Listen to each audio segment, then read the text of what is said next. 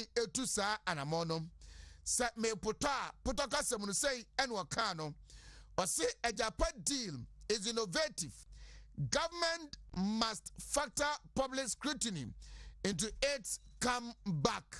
Ose eya befu kwan kra aban faso etu anamobi nemom se ba ya manfo no nyina no ebenya twaka ewom anasa faso ewoso no eno ene anamon a ewo se aban etu eti anwumrei yebedi nkomo ede afa ho sa ensoso ena mampani nana adodankwa akufu ado, Commander in Chief of the Ghana Armed Forces, ononso akasa said your party ma yenananama trankonya your man for do na civil society organizations kano watina supam na de obeka ne tofabom ene say aban krachefo ene robafo a wo mutu na mobi anase omuda ne yebia enye papa adino enya dia obesai amo makwanya asom ewo naban mu biom or say I won't reappoint disrespectful MMDCs. Nana Adodankwa Akufu Ado eno. Ora Sam Jonah eson Samoa washa se ekeka kanka dia oka efa Dr. Mahmoud Baumia ehu. Enwumei yebetwa ani ahwe ho na yedi emu enkomo.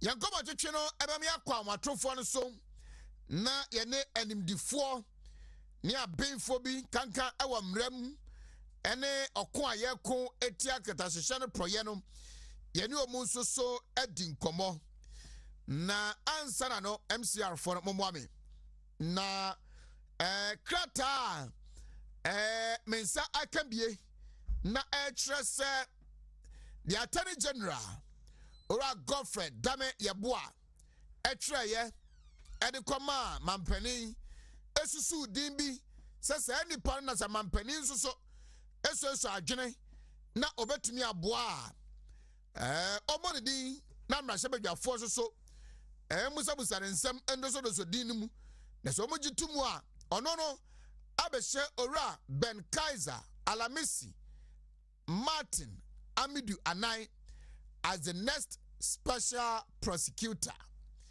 Edino ay ora kisi ajaben a oyemre nimni na wadi juma son awo maimu de ka manfo do na tai edeka no ne se ono ene ye Anas aremi yaw Anas ne lawyer ewo ne dwumadie ne hwehwemu dodo a eya oye no ehu na kratai abeda yanim enti ebrepem no yebe kenkan krata no ede amamo na abedwafo nso so no omanya kwan akire madwene ede afa ho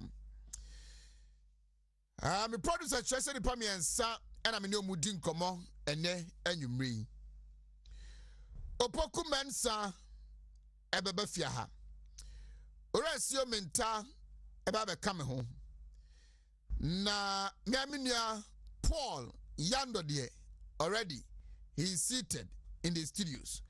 A financial secretary ewa Asqua constituency chapter of the New Patriotic Party. Yantra se na yenin komo. Momwame na menkenkan kratai na miwia makwa matrofo no so edi enkomo afa home. Mene Dr. Lawyer Kwaku Anane Jinde ono law lecturer ewa Gempa ebetitwe nkomo na mene a senior lawyer also in the Ashanti region Hansusuno edingo. Please help me with the letter na menkin kai ansana mako amatrofo so akodi nkomo.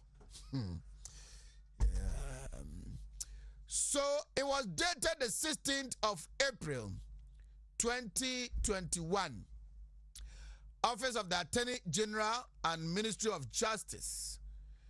And it was addressed to His Excellency Nana Adodankwa Akufo-Addo, the President of the Republic of Ghana, Jubilee House, Accra.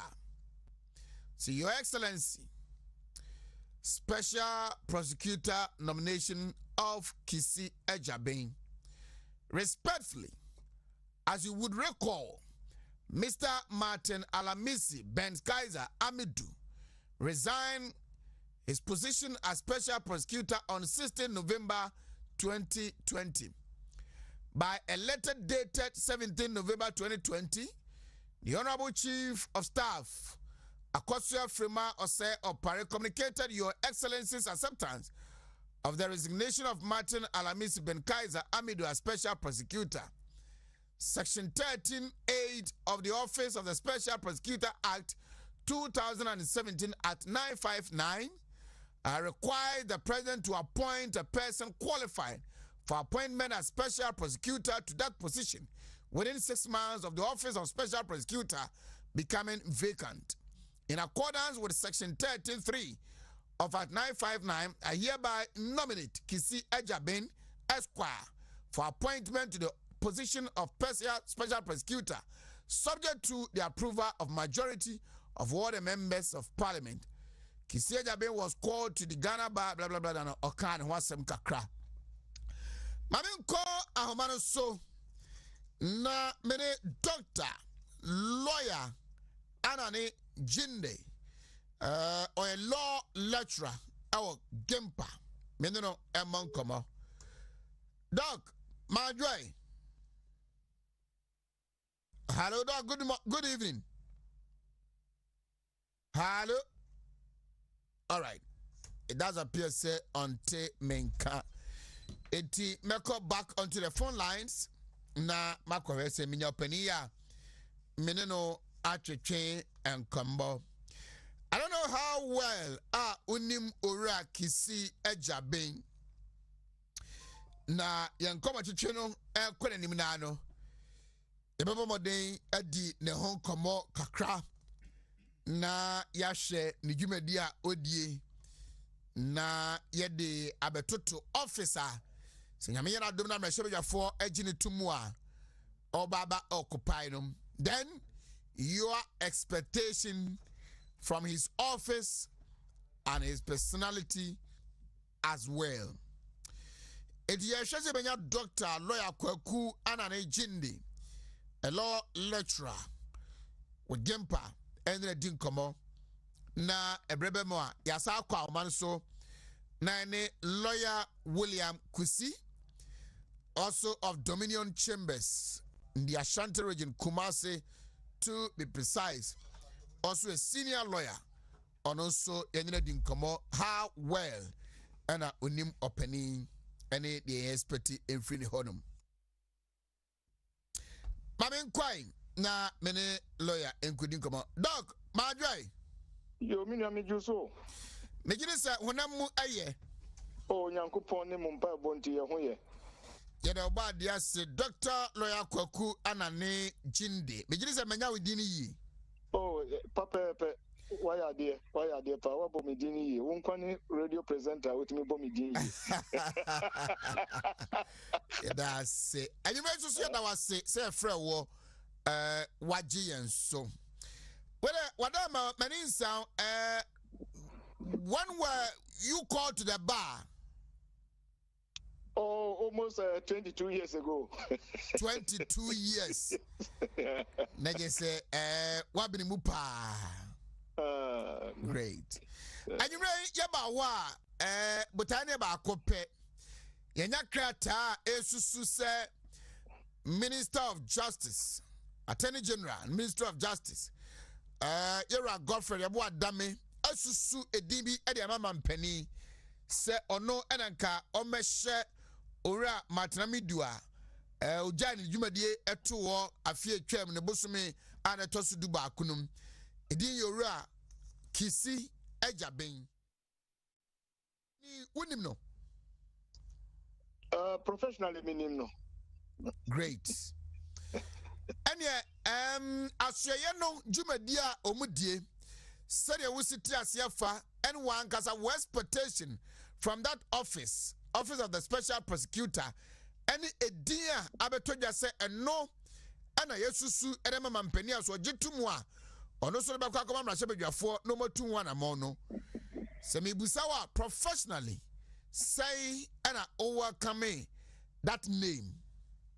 Yo minia meda wase se mama me sa kwanya yi na mechia Asante Mawura otumfo say tutu em say if my records are right em say obedi ade no 22 years ni ne pepe fie dunu 22 years na nyetiane say na ne personal assistant agwajimandia na oye PRO ema otumfo no na oye me classmate was school of journalism. Wow. Inti meso madi achira chakakra inti yebe manu paso yebe bona baso especially educational program na odi aba onye yimu say o free ha obi siri na so obi free ha e cover the entire country no yebe bona baso na me yonku bia o chira de wo bato onu nya tufo award no bio. Wow.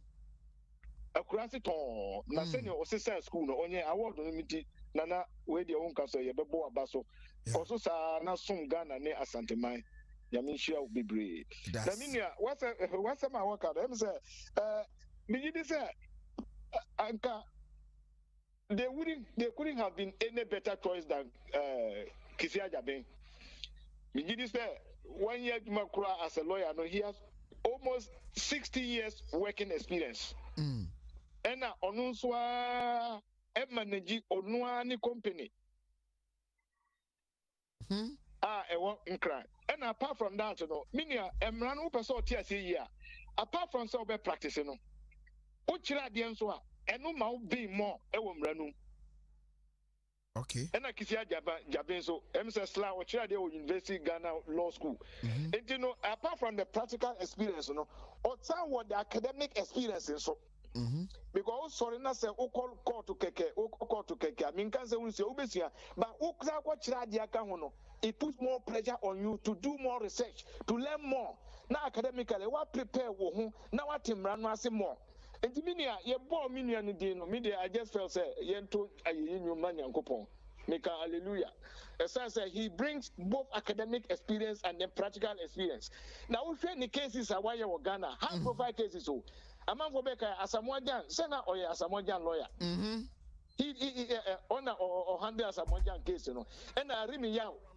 Anas. Also, one of as a lawyer. Sebi Nipano, Sir Naduma Swania, high profile cases, and could be infant command, say, Uncle Sajumano.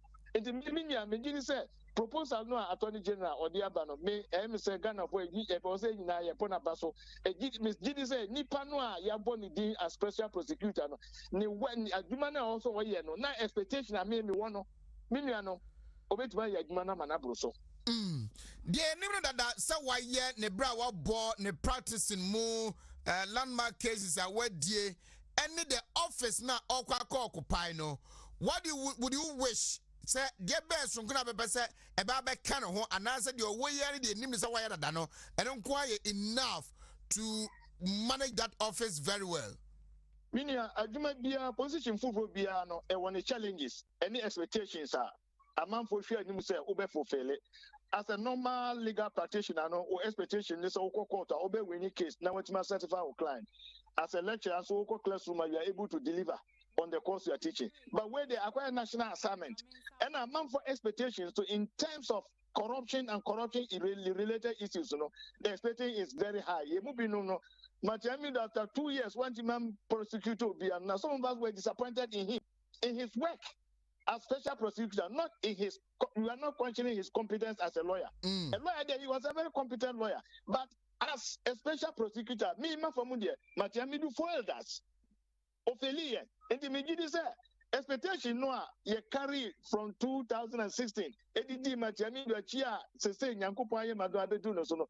Ghanaians still have that expectation. Me Megiddo said, Minriano, ye demanwa, he can meet that expectation because he's very competent. And one thing is Oyobia, or try to say he tries to assert his independence. That's what we need. And to obey special prosecutor,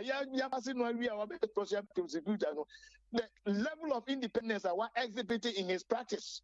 for the past 16 years, we expect that to say, officer level of independence, level-headedness, special prosecutor, Mimi said, over to me. I have no doubt about his competence. I have no doubt about his level of independence. And he's very principled, or he has very principled character.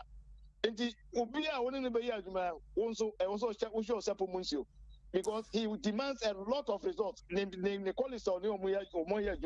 junior partners, so they tell you, say, he demands results.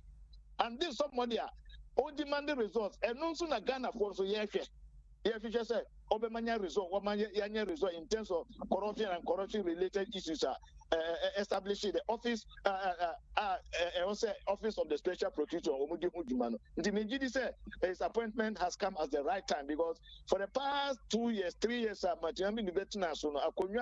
expectation and some of us were very disappointed. And the MP said, wait, we'll get it right. It is an officer. There can be a single day person without its political pressures. And as attention, politicians that demand that office, no. How would you want him to manage that? Minia, when say Ghana, a day year, if renewal. I will give you an example. Me started Gimpa. Me shall be as a Uber later. 10 minutes, I will don't stay in my class. Or so for Baku, any one of your deputy ministers, they came late. And they are sent them out. Mr. Munko. Hey. Or no any classmate, no more just say, oh, dog, Mamma, Mrs. Stewart, Nientia, Mra, and yet no, Krumuhano. And where they best Ahimfo, Asofo, Imam for, allow that man to do his work. When you're not doing here, more makers, Ghana cried and Mran Yajuma. Neko yo bin so Baba Yajmanwa, now more to China Nancy, we should give him that freedom to operate. And the best, so obe succeed, unsucceeding, it will depend on Ghanaians. But Ghanaians, so this time, a person succeed. And Timpani for no Debia, Bibiaba, now I could hear him, Bibiaba, now I saw so far, Nana Weaba, Imam Weaba, Pope Weaba, Katna Weaba. No, we should allow our institutions to work. That is the only way we can build this country. And Miniano, he has the qualification, he has the experience, he has the competence and the expertise. But the only thing I will be here is Ghana for a man with a free hand to operate. Doug, did I say you? Dr. Lawyer Kweku Anane Jinde is a law lecturer at our Gempa. That is that on Orekisi Ejaben's nomination by the Attorney General and Minister of Justice to the President, subject to President agreed to that nomination. Now we forwarded the name to the Parliament. Now almost Juma. So that is the letter opening etre edekoma mampeni. Now what the paragraph, I think paragraph 4 now, it talks about Orekisi Ejaben was called to the Ghana Bar in October 2003 and holds a Bachelor of Laws degree from the University of Ghana, as well as Master of Law degree from the Scottish School of Law, Dalhousie University, Canada, and Cornell Law School, USA. He has since 2006 been teaching criminal law. I want to emphasize that criminal law at the University of Ghana, while also engaged in private law practice. And Kisi Ejaben and was I am satisfied that Kisi Ejaben possesses the requisite expertise on corruption and what do you know? Good. I feel more here. Corruption and corruption-related matters is of high moral character and proven integrity and satisfies all the other requirements stipulated in Section 13(1) and 2 of Act 959. Attached here with the curriculum vitae of Orekisi Ejaben. And that is that. Orekisi Ejaben to replace Ora Martin Amidu. Can't almost say all things being equal. Am I wrong for so Ora Martin Amidu Kweno, ne deputy, and I act as he said, as the law no can say within 6 months, I was say a nominate to be no so ebano sa anamontuin and so akoso. Meaning say what was saying now I would say on Wontumi television if Wontumi radio 101.3 would want to hear more about this. You know, I think it would be right. Say you best start a discussion no from this issue. Na Orasio Minta Abani Majoy Yura Napum Namio Mafil Papa say also Okotro so Emma for the past 2 weeks why hot to pa Nyamiado ne mawi yes we Jamuswa me nan kragene invigilation no so nya na I say mo hwe so a mo ye invigilation na mo bra mo nkonkotra mo office nyima homi na mo bra so still am say mo gina hoyi Aywa hey na say uja enam emakura de emam dramwa de na wa nya hwe o hey enipa no ho akire no akire se onya bibia obebia eno no kire se ya na mo nim se ade na mo kire ye no ya ntia se ye ntumi nye etimu free ho a e befa kwa bi so aya na because we feel what say ade am ya tia say e betimi ansa de a se woni ho a bibia nsi ya na ye sorry ba so se so he de ye nyina ya yobi ye ya ye hwe muso ya nyobi anka ye ndu fa kwa ye hwe muso yo eti nim circumstances ni conditions ni nyina but at least here say obi watchman no because young watchman said the be ya fairness bebem na especially communication among students and no na ihia pa na wa nkasa wo tro no de me feel say gaya ye ni hu bebre but said the be ya be prevent communications among you no and no na ya na no emma fairness ma ohiba sem innuan ana me ofa asi bia na ye bibi na se ono hye kubu a na se wo nkwa na wo ya na je se hu se max na ye benya no me no benya enye fair okay your performance no it I see mama call Paul yanda hoba before I do that no Madam Regina Ajua Kofo oye police station chairperson o Tafo and wawoda. It is your birthday today. From myself and my brother Safo Raphael Patrick, we say happy birthday to you. Live long and excel. Madam Regina Ajua Kofo, police station chairperson ewo Tafo. Yes, I echiao enyume.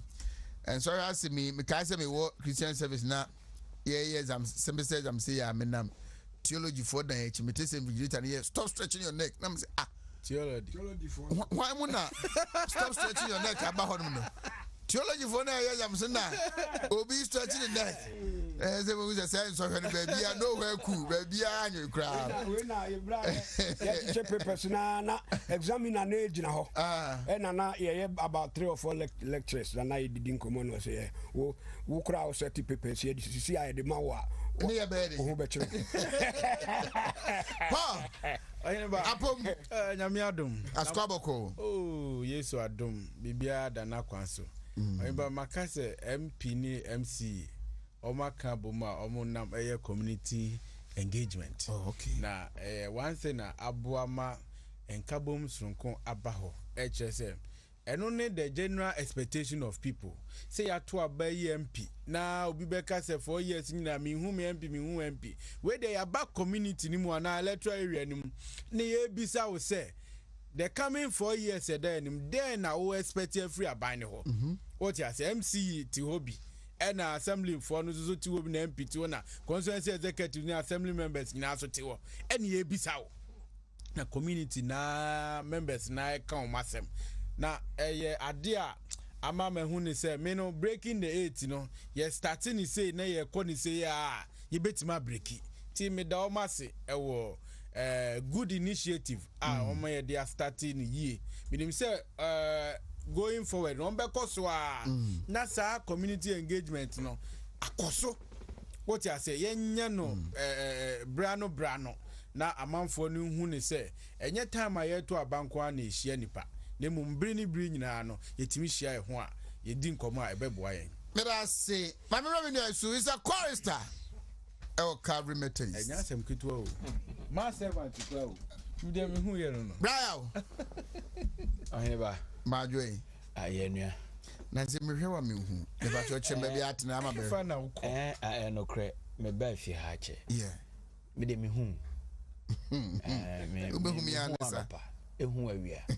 Enyina aka. Efi ha no na me ba ya che. So wa no se de adwuma na sitie. Youth na adwuma na so. Enti no toda so benya akonya kakra ndi akotena radio no so na na aye ensem kakra. Ana wukuru ya so te se de ka de so asem ya o pa ma invigilator so refra wetima ya oni. Me nyina so ka ho. Ansa na wakọ akọfa adwuma mu nsem de abeka ho de asore nso de aba abeka ho. Yeah. Dun se adwuma ne so enye boapaye. Pa. Enu nti na ne mpanyifo frɛ me kitikiti baby am obi a me se me nkofie mpo na makọ ebe no anse me be refia. Ko me hu wa chama feel. Pa. Afeel no atiefo no wa. Commander we. Ne ho ye. Yeah, commander wa. Okay. Commander wa no ma Commander Dennis Kwakwa. Ye guso aye diguma. Echenya me adom se aye program, youth program ba ko Asante Achimagogo. Asante Achimagogo. Teacher Trainees Association of Ghana. Na ya to na wie no nyina home. O say na wajo ahome. So wo je ani ensi eche. So wo timi nkojo ahome de be de ase aje ahome. Dennis Kwakwa. Echenya me adom aye kwa agogo. Okay. Ye call Teacher Trainees Association of Ghana ye Ashba. Okay. Sector no. Omo conference. All right. Normal selecting is our guest speaker. Sure. For more official opening. That's good. Nti china ya me adman papa. Nti no ho niema ye na mintimi mpia abonten. Nti wasi akeka nsem ne boma na eja commander gina ho no ma watimi ade ne command ni ye. Yeah. Enu nti na ohumi acha na de tie no no. De nyamias. Bi de mi hu pa me hwe. Right. Etie o nenzo. Mama sha sem fam free one more. The creation of the Office of the Special Prosecutor. Ghanaians' expectation, one Kasawadiana Owo, the nomination and subsequently Oteki office as the Special Prosecutor Martin Amidu, the Oyeye, a crown fasu Efrio, and then to the nomination, another proposer, Minister no, Edia Komama Penny, Se Orekisi Ejaben. And I say, on also free say, Obitumi di Jumedina, on fan command Rashabi Jafo, Tutunano, na Omeshe, Sa, Asueno, and She, and Yedra. Yo, my main chair Ghana for you, and ne Abijafo. Na, and then Monday, Subin constituents, one of the polling stations youth organizers, a friend Kofi Otin, Omo Subin Omo Bria Boahonum, the Omunima Branty American, and the birthday. And I'm Miami Junior about Column No Training College way back in 2010. Angela, and then so on the birthday. Kofi Otin and Angela. Send your number in the bone and your Angela, send your no. Send you know, and your man over there come at there. Mate me, I can say, be a no number than a boy. And your money woman in your come at some badges with Dimu CPC. And I'm saying, you're not a boy. Ono ane de ne boy na omutie omo se hwe so so to ohene ba say Angela, happy birthday to you. Ni nyina me ba na and I miss reading on social media na me hu letter ne say appoint Mr. Kisi Ajaben nomination proposal from the Attorney General and the ama president ni susu emu de ni pass me say fata say obetimi a special prosecutor na manaye. Martini Dean within the media space, especially in relation to legal matters. They have more friend high profile cases. They be on more D anymore. And a particular law firm, any group out or no more sign. Yeah. Oshe baby anansi Ojin award na a Sankamamu institution. No. Yeah. And I heard a crop of lawyers. Anyone na was asked ye na omunimde ena omaho fama na omaho fa so ni sidi omusi ye omajuma no megidi se edin no a eba hwe said a story ni si call social media na sanke nipa bia nka bon se nka amanfo ahyase etwro ensem but them say we eba ye no I think say the language is free one especially within the social media circles near one ebo na baso sen hwehwe nachi eniema a wetimi aye. It tells you say the nomination by the Attorney General aye bibia Ghana for ejiatum because senkayade ankoyobia ensem kakra won ho anka right from the onset and abefo internet nka asem na ba betonum straight away amafo be sha say bisa questions in that for sadin tin and the pass message we near kwa kofa na ba so be special prosecutor especially based on the ground say niema ba kuna no wo honom no ye any near wo be the experience to bear on that particular office ubusa me say ba kuno any near wo be office ni wa reshemu ma me catch say yes total confidence in that office send e be ya saadie bi te say obi ye bonena with our political party bia ye ka say politician and as aban na otie adwamu no mo friends are witch hunting so therefore there's a creation of an independent body a bit me edi say adwuma na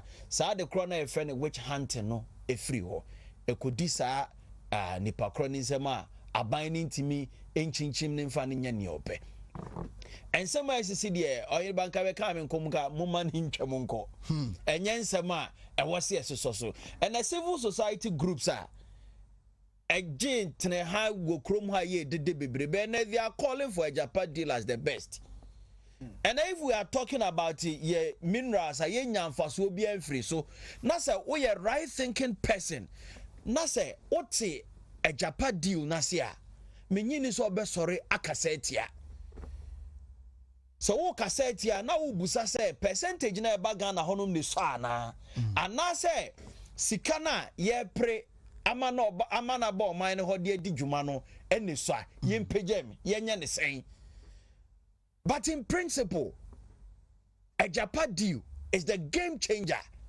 because baby oman na dru no oman na say Ghana is a middle income one country enti no enye de bia na betimi akwa adwama so so kwa akwaje bosia bosia na abekwa akwaje ne sit in your books sa bosia na abekwa akwaje ne so balance your account na say emfa ukwa akubusa hwan enti so wo agudie a obetimi a leverage etimi de anya sika ade abe support your economy na adenti na wose ye sorry kasetia so obi ye katasehye e wa bra ye ntimi nka nipa kra wo ye sa katasehye no enti no say a first a particular example at the stick say bastardize the office of the special prosecutor say Ghana for abemo me baby amete ni de minhunu ne saa it got to do with nipa kra na obeba be manage office na ye kan wansem.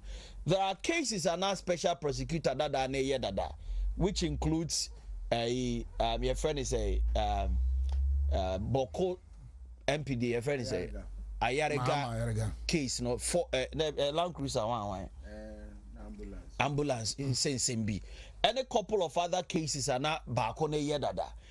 What Ghanaians should be expecting is a baby asem ekudru he fa na ye fa e dia to aso it is okay canning in album. I think say yen in cry and the final authority rests on the president so be affirming the nomination no call parliament na ya do so in terms of vetting no yetimi agena tum it's early days yet afena I think say entering into the public space that's why adwuma kakra wo NCA so we wasem ne ba on the appeals committee on an etna and a Ghana Olympic committee so yes oka ho already ne niema na niema wa ye and it tells us that he's within the public space and the mechanism office no bi aba betena honom nipa kro no betena no maybe say he should also have that thick skin and Nana Blue Battle and I can say you should have that big stomach to accommodate so when you so hard the show man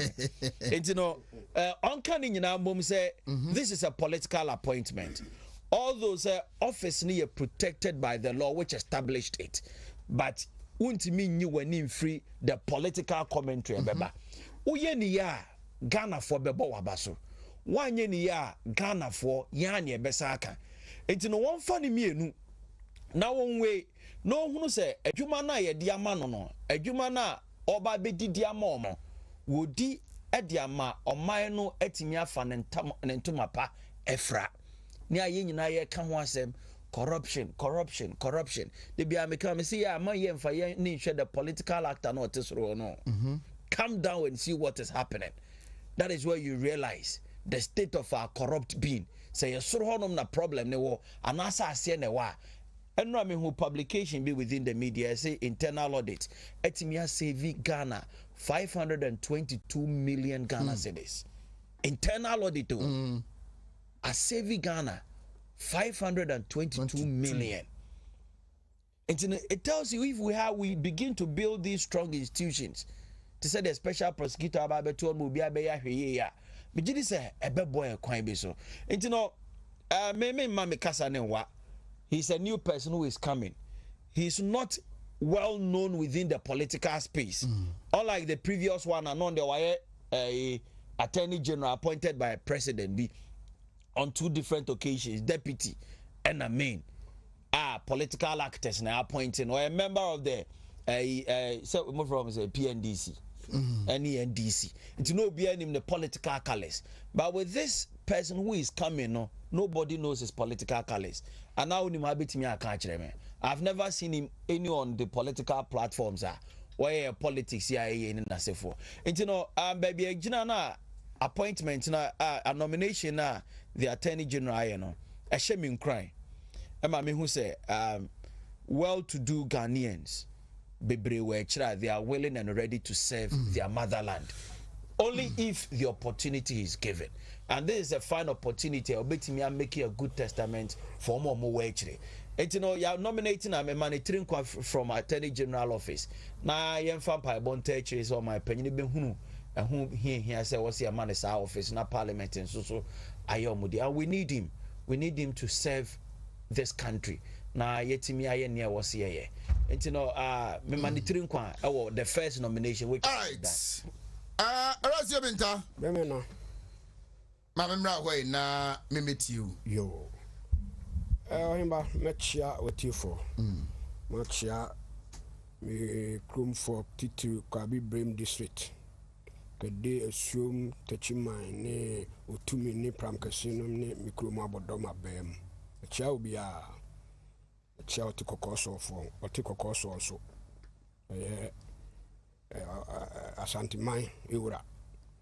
Ohimba, special prosecutor dear. A friend say, Matiami do die muno. Media, Mikasa, and Shimi Anamboa. A Shimi pa, and na, your expectation, ye dima Matiami dua, or dear course our level no. In fact, now it was a very heavy disappointment. Until say a bino who said the vacuum created no had because by a war and SMP I say special prosecutor Ebwa na ye huni possible Nina beka ana ebe determine. Yeah, break the 8 no, and we one major factor. It is your special prosecutor, obetimi akeka no ho na waboa attorney general na omo amemem nsem no bi so. Dispatching in temtem mama ya me didi se ebeboa yen pa attorney general wa ya de ono ankasa snit issue bi no say wa maso e na wasan wo hu se there's the need say special prosecutor so ban tem na obeboa no na yi nsem no bi na ye hunu de ne puma fibre ekudru because like I have said no it is one of the determinants ebema break the 8 no to me abaso enti yedanase yedaba no ase pa na me de mi ni ayubia o mi mu say ebia eko parliament ebeye bibia ho anase na nado dan kwade me gidi say no answer or passing on to parliament if you say ehia no pa say ese obia or what the where with that a obetimi aye sa special prosecutor na adwuma no betimi anyi bie no aba adwuma no say de eso ani na uhwe mu a amidu appointment no die na ni political no considerations no edoso but papa we de me hwɛ ni credentials na sisi a me hwehwɛ mu ha no a level of the now no ankasa so ni private life or what or no ankasa na dwuma as a practitioner. Now we hear the biases in law say criminal nomini de ke ka ho no a any public life also say me hu say GFA vice chairman of a certain committee in the GFA and no why be da and other committees it me feel say is suitable for the job entinya dia ko parliamentar ebe ha adwin bia say bia o san komra na se bibia tisa ye hia no pa na de ye bompa ye ne se obenya kukudro ene trimane opepa na wagina pintin fi say adwuma no a wakoye fighting corruption no minua enya asem ketwa wo enya asem ketwa kora yoni pa oye mentally tough na said the minua ekumai kan yi na obetumi astomach normal there's a fini boni nyina papa ni boni nyina obetumi astomach. I mean that means he must be very tolerant to the highest level. Entino say nyanipa no obe prove na mean really say abanu hwe mu a ye de ani akosue ne so no de and to me he looks neutral said the ye kan political space ni me hu say we play frontline role bia we be ka say bia obey bias and say bibia tisa enti the element of independence no em say e wo ho on his behalf I will bet to me a so no aye adwuma na being me there me wa shame say me nyonko academia there o kaso obey ade no dia ene obey no pa ma abro ye kra ya adwene enti ase so enti eda attorney general through me nim say eda ya cabinet and sawum eda attorney general through the cabinet and the president at large ni omu nyina ase se omwatimi yi owura ya man na yesre nyame so se obeba be yadwuma no aye ne se de se na omo abu omeya faso bebre cases ne de kase ye boba ye nwie bebre gu ho em sa toni de na jabro hwe ni table no so no na eye abro ni so na he was overwhelmed enti ane menya ni tem na menya 6 months no kra no em se anso because Amidu Ojaye no enti assessments no beso say May or so em say importance no office no importance no nti ene say omoye na odi obi foforo ba na yehu say de ogman no so yebesi anya ne ho mfaso enti ohimba the appointment of Mr. Jabindie me gidi say adia ebeboa omanu nyina na boa government no so ye pa. Right, 8 minutes before 5. Wontumi 101.3 and afi Wontumi television on Facebook. Wontumi TV. Paul Yando my review na mintiu. Oh, ba. Mejo so na enyumre memfa akonya so na mincha regional minister. Ura Simon Semensa na minda president ase.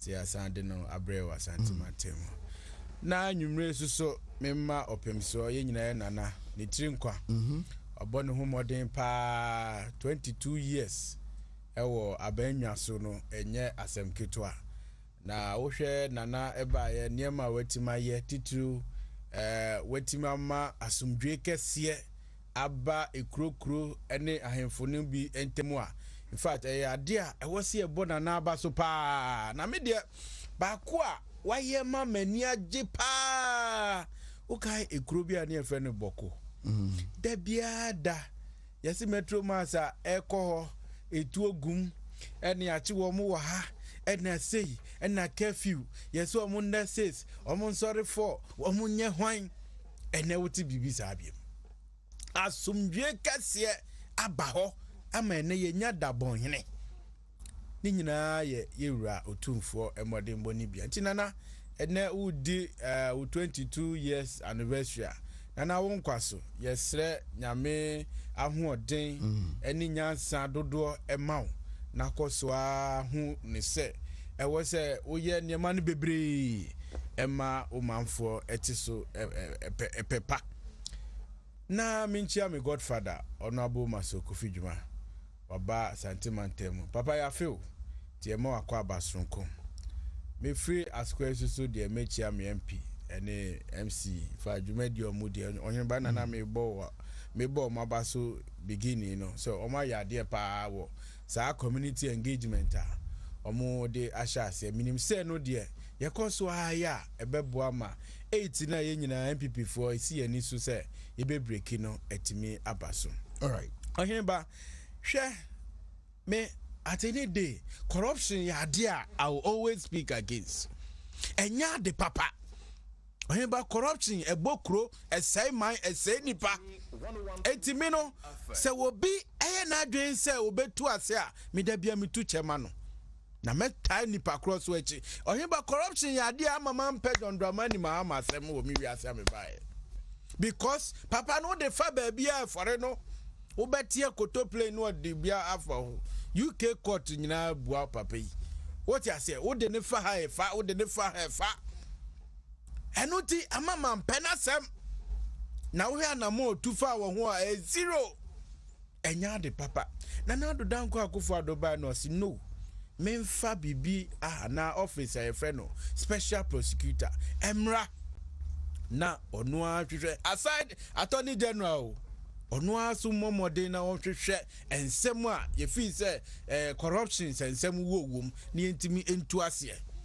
That alone should tell you say na do danko akofo ado obi a ompe na won so what you say na ye hu de kobae eni ekofa obi a sebi onu ade na adwen nenam da bia meka me so obi a wa onu ada no unyane na eden pa obi onu a che da ada no unyane no eden 2 years ya ma de o se de ma unyina da na utie wo mu ana o ne ye adwuma na esere kura akwa chese ne car wasi sei ye chenyi brake pad a wasi mumfa mekire mo ensem fata ene se wodi onu a hu ni se wa resign wasi ne backbone Rollins a free hunting onya ho de mfanye wo office obi antata obi anya ohwe enso so ntimi mfanye na akoba ni se e wose e ma obi foforo ekohwe so a me de enya afa na me ba hwehwe nipa no ne background anase me de me pe wo mo a won betimi aye adwuma no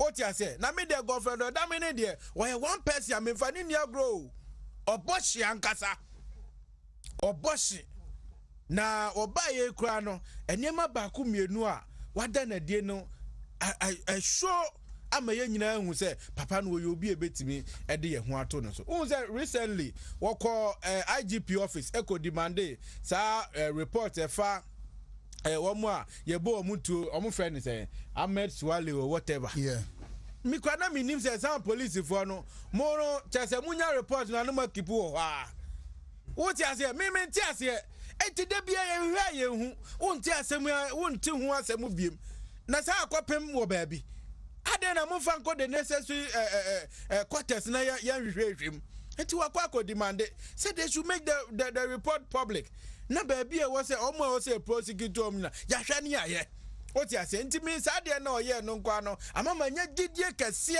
e wonimu ede ko ba ni se wasa afa pen ne paper I recommend nipa we de na je se wo ye obi a woni ne ba be kan aka bomu yie ama adwuma esie nyina ye ni so no etimi abaso na me de ade ba ko na mesre ama ye wura ya boni din se nyame ya dom na otimi pie free parliament abra ya bobo ne ho na ya di na tumu a mesre no sa double salary na NDC forge ye ne de me sa asam no me se me nyai ka oyne ba because nkofo ya na nam se na Ghana ka hure kosoro Ghana ka ene aye hwan ena Ghana hwan debt crisis mususu mu dia katua mienu enka mu dia ma katua ba ko a enka o ma ye ho otoyen eti me se no sa case ni pa de otimi follow mamia oyne ba ka ni baje what you say come any bed pass sa hari na drusu ne ayare ga ne ho na omujijiji sa wo di nipa ba ko wo di MP salary wasa je minister salary wo wi a so pacho na ya jatum debi crime is crime what you say corruption and na nyamia dom so se aye pe government official wana yewura Matiami do kono watima bodin ama ye hu se John Dramani Mahama me de minim say the niabre and I mean jitum and I want why and I mean bringing na yes osro say beso sa case nimti ahantan ne akakabensam me na me anuma wini sa ne man nyina ye commodities bi na wo yi kire yen na won hwe no won so ne pachi na ye sike kodi $156 million no omehu ba bi ekofa because other corporates no mo ka hu nyina ya che wo mu agelibi what I say, I don't know the on an nama or Sammy man a betty so. It's me the sad 2 cases with there. Me follow pa. One more, na ya trichem near uni puma sibre. One more my deep boniac, sia. I will my moi, and then almost 10 no more can something say there no more.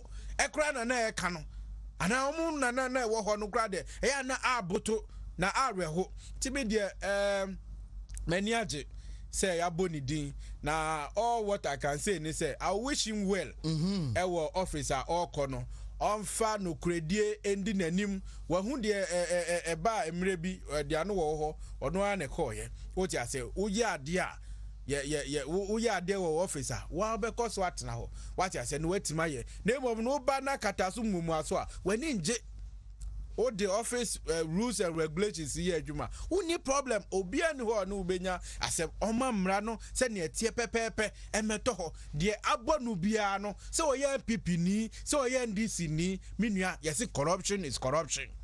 What I say onyi sa party nsem ni nyina me na ti say de minua kan me de me hu se wodon party bia ma tia me du de na nyam se oye NDC ni a se si akra no woni John Dramani Mahama eba be pre.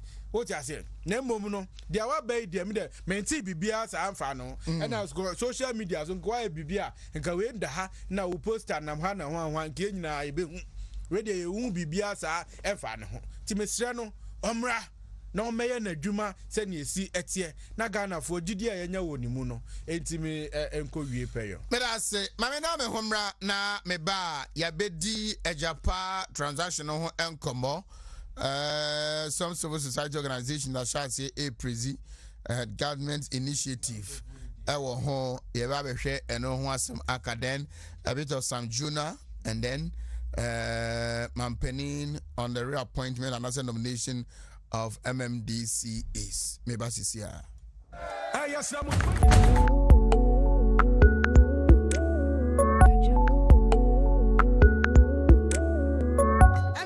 History is golden, and it is only a present that is animated by history that can create a prominent future. Ghana has seen many gems. And now we introduce Ochami Bafo Seakutu, the linguist, the politician, the farmer, philanthropist, educationist, and business mogul. We bring back Bafo because if today we have a constitution that guarantees human rights, we remember Bafo Seakutu. If it's about harnessing cocoa and agric resources for Ghana's development, we remember Bafo Akutu. If we talk about development and freedom, we remember Bafo. Ochami Akutu stands for democracy, freedom to develop, anti-imperialism, and a Ghana beyond aid. Bafo Akutu die wa konko dine na wa jisantemanso esi ho. Wa masantema so ani mo benyam ene wa magana nso abenyam efisa nya Bafo Akutu a ka bibia ni ho se MPP wan ko fa MPP ba na MPP ne na wo firi ne MPP ne maame ne hwan MPP ne papa ho ene hwan MPP ne papa ne maame ene NLM na Bafo Akutu nso ono nso ete NLM no na je wo Bafo Akutu ba bia enye yie. In line with this and under the auspices of the learned Chief Justice, His Lordship Justice Enin Yabua, the Ghana School of Law presents the 16th edition of the Akutu Memorial Lectures under the theme, The Legacy of Bafo Seakutu, a family man, chief and statesman. Date, Wednesday 28th April at KNUST in Kumasi. The keynote address will be delivered by Ochamiba Dr. Owusu Akutu, Minister for Food and Agriculture. Special guest of honor, Right Honorable Professor Michael Quay, former Speaker of Parliament and foremost economist, Mr. Kwame Pieni, and lawyer Maxwell Opokwajiman, Acting Director of Legal Education. Bafo Akutu die ina ye panyin no na oye sadehene chairman a odimu na prempe a otosomienu otumfo asantehene osomo no a no e chairman ma no ɔsan ɛsom Nana Opokuare a ɔnso ɔtɔ so mmienu Asantehene ɛna ɔsom yɛ Nana Osetutu a ɔtɔ so mmienu. To whom honor is due, let's give honor. The event will be streamed live on key news portals.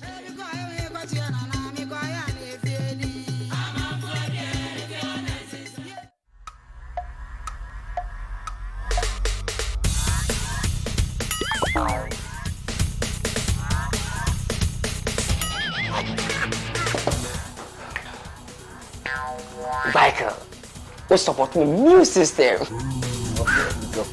Yeah, Mama Michael. Pacho, what Tony near? Let's not go be able to go in the Because supporting my boost phone in our new system. Hey, that's a Michael t-shirt.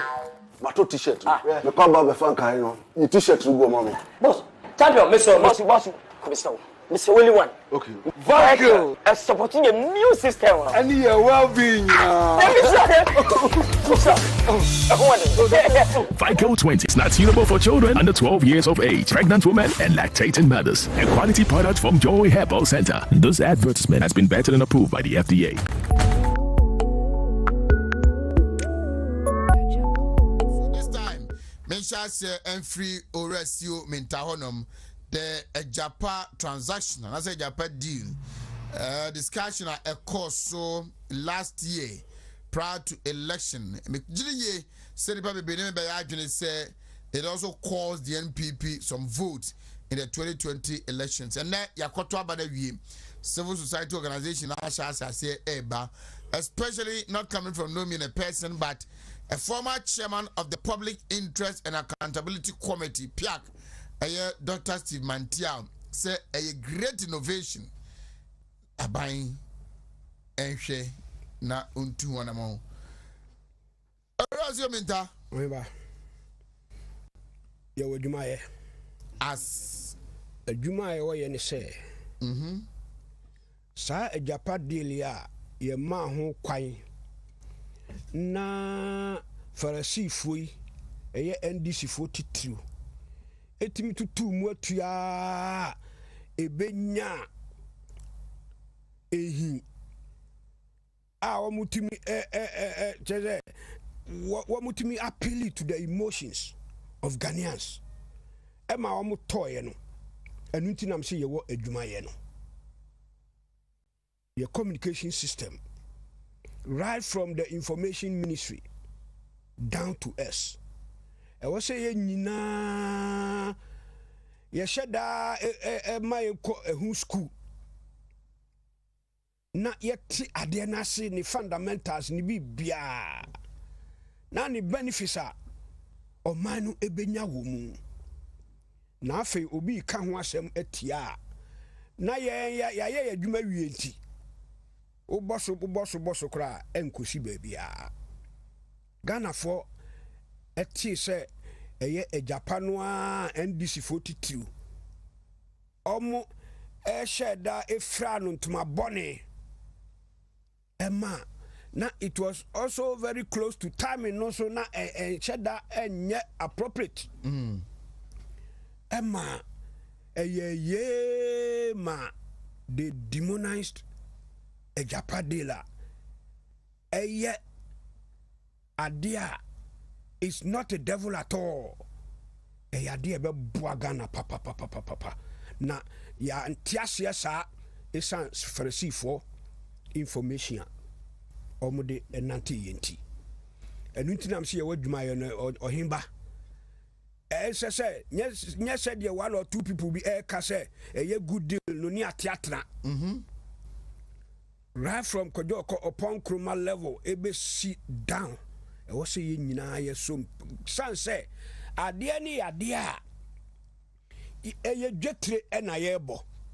It's as simple as that. Ye gold no a nkofo tuo as you see akra dey say I suspended gold nyina concessions nyina den ya ye very open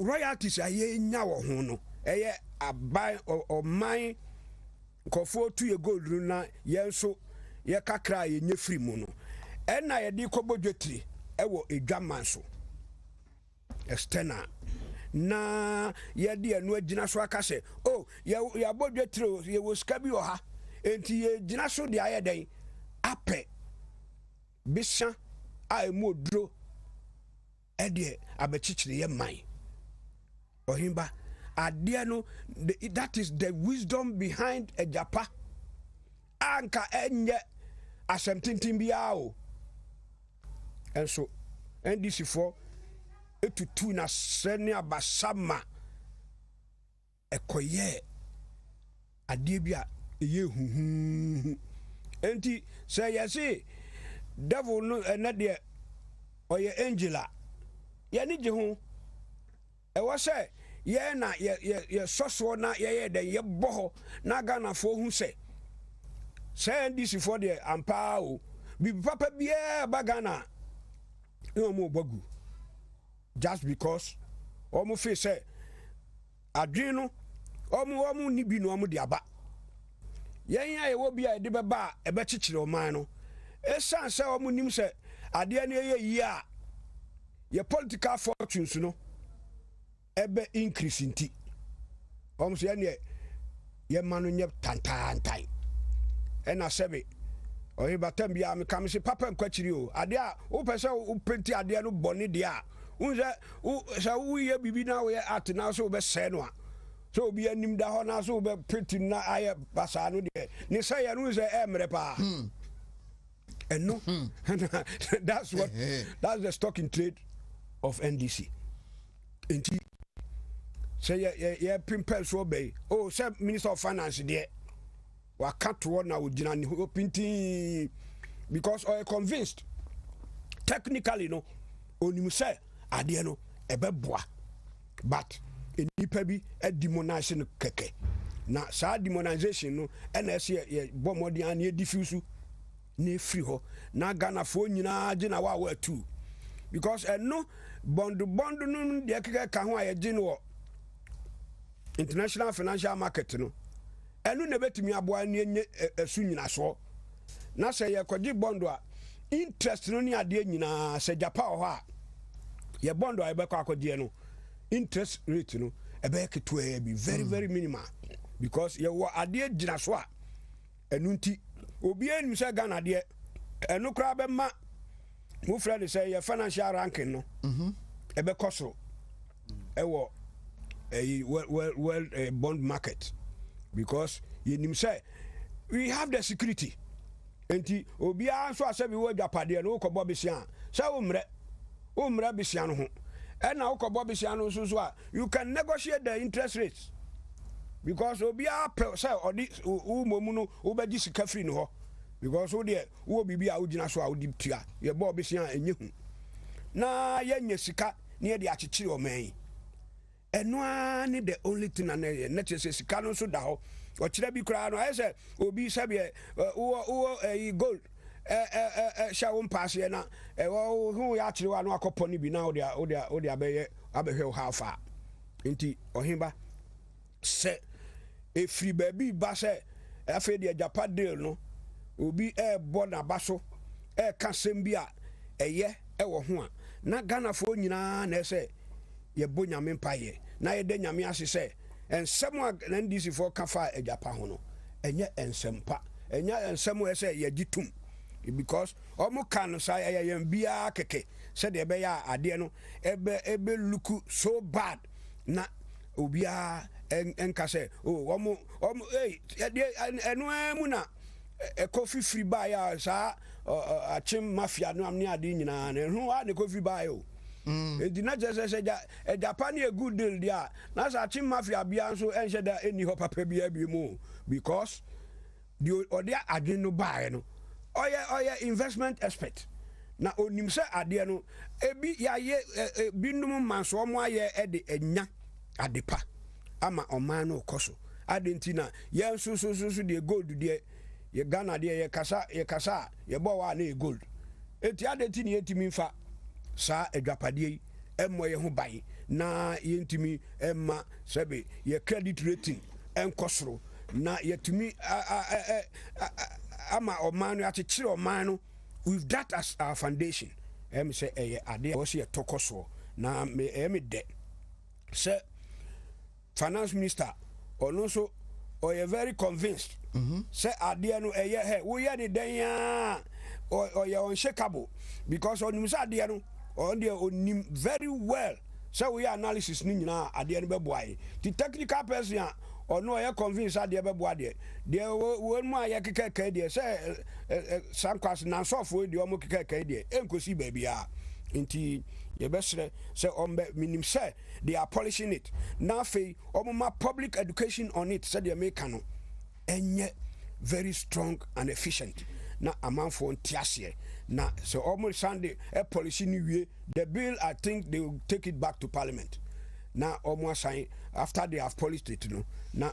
parliament gitumwa na fe ye dia ye ma nti me da eye na na do dan kwa kufu ado ase say na nusu ade hu a wahu e wo saade no ho a oni sabe ni finance minister ene wo mo ka ho no adwen wo mo de aba no me gidi say eye ne beboa o man Paul Oyinba Ejapa eye ade a in fact meka ne say eye ade a ebeboa Ghana na I think say ewiase mu a ewi ana Ghana ye ha ewi NDC fu a ye no wo motie enti no ade papa bia ni ho a wo mu hu ne say ebeboa de wo mu kra ho kra no omu anim say enye papa enso so omeka ho asem na omu de asei eni so ade hunu papa ye wo ma Ghana fo Oyinba Ejapa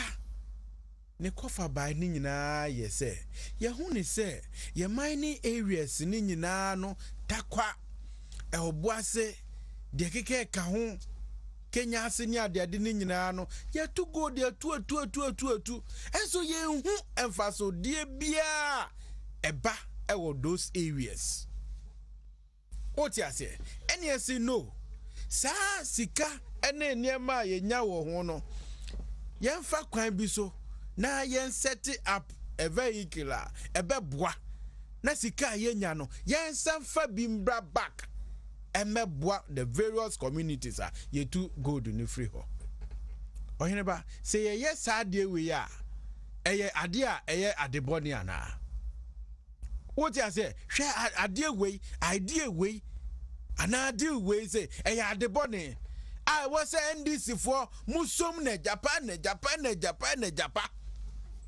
because omunim say ye nchirechire mu yie ana omuntimi nka ne yie enche Ghana fo nti no oma se no poto ene omo ankrofo ena oma sense e chiri se Ejapa ade a ebeboa Ghana oti ase enti no media meka se enye adebone na mom ebia niema ba ku mienu bi eno ne the problem with the NDC and the opposition ye face wo Ghana ha no wonu a on provide alternative bia wo ne dia o kan ne se enye adenti na enya o se enye that's a problem edie be na wo ho a enye on ka wo eno an se enye Oyinba Ejapa ebeboa Emma ye good royalties no yetima manage ni ye na etimi aba boa ama sika botire wose yenya wo ho no yetima nya ni ye ne de aboa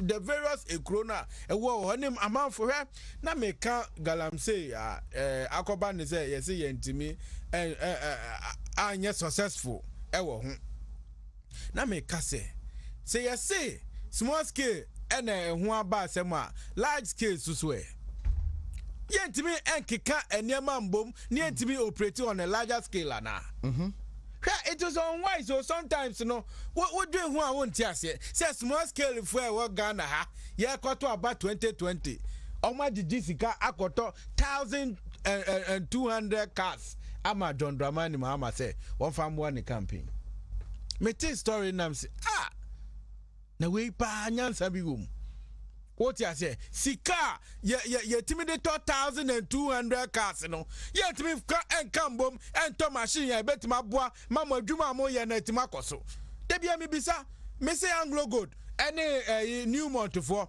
ɔmo de kwan bɛ so na ɔmo fa so to gold a ye ensensuo nsensase ye bi say ho sa question no what you say Anglo Gold for 2 gold Newmont for 2 gold kwan bɛ so na ɔmo fa so a ɔmo de ɔmo 2 gold na ensensuo nsensase na small scale for when your association of small scale for what manya sika then na mudi sika na ya mo say ya talkers 1,200 yen farmer dondo mani mama anya ni campaign abra mo betima ka bom na machine kura wo Anglo Gold do ana say Kenya friend is Newmont ho no mo betima to the same machine na mo timi dia processing mu gold na entimi ensenso ensasase what you say?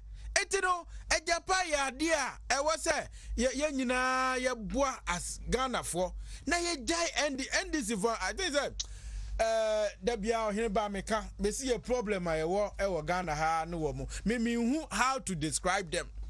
Say at the papa be ni wa woman.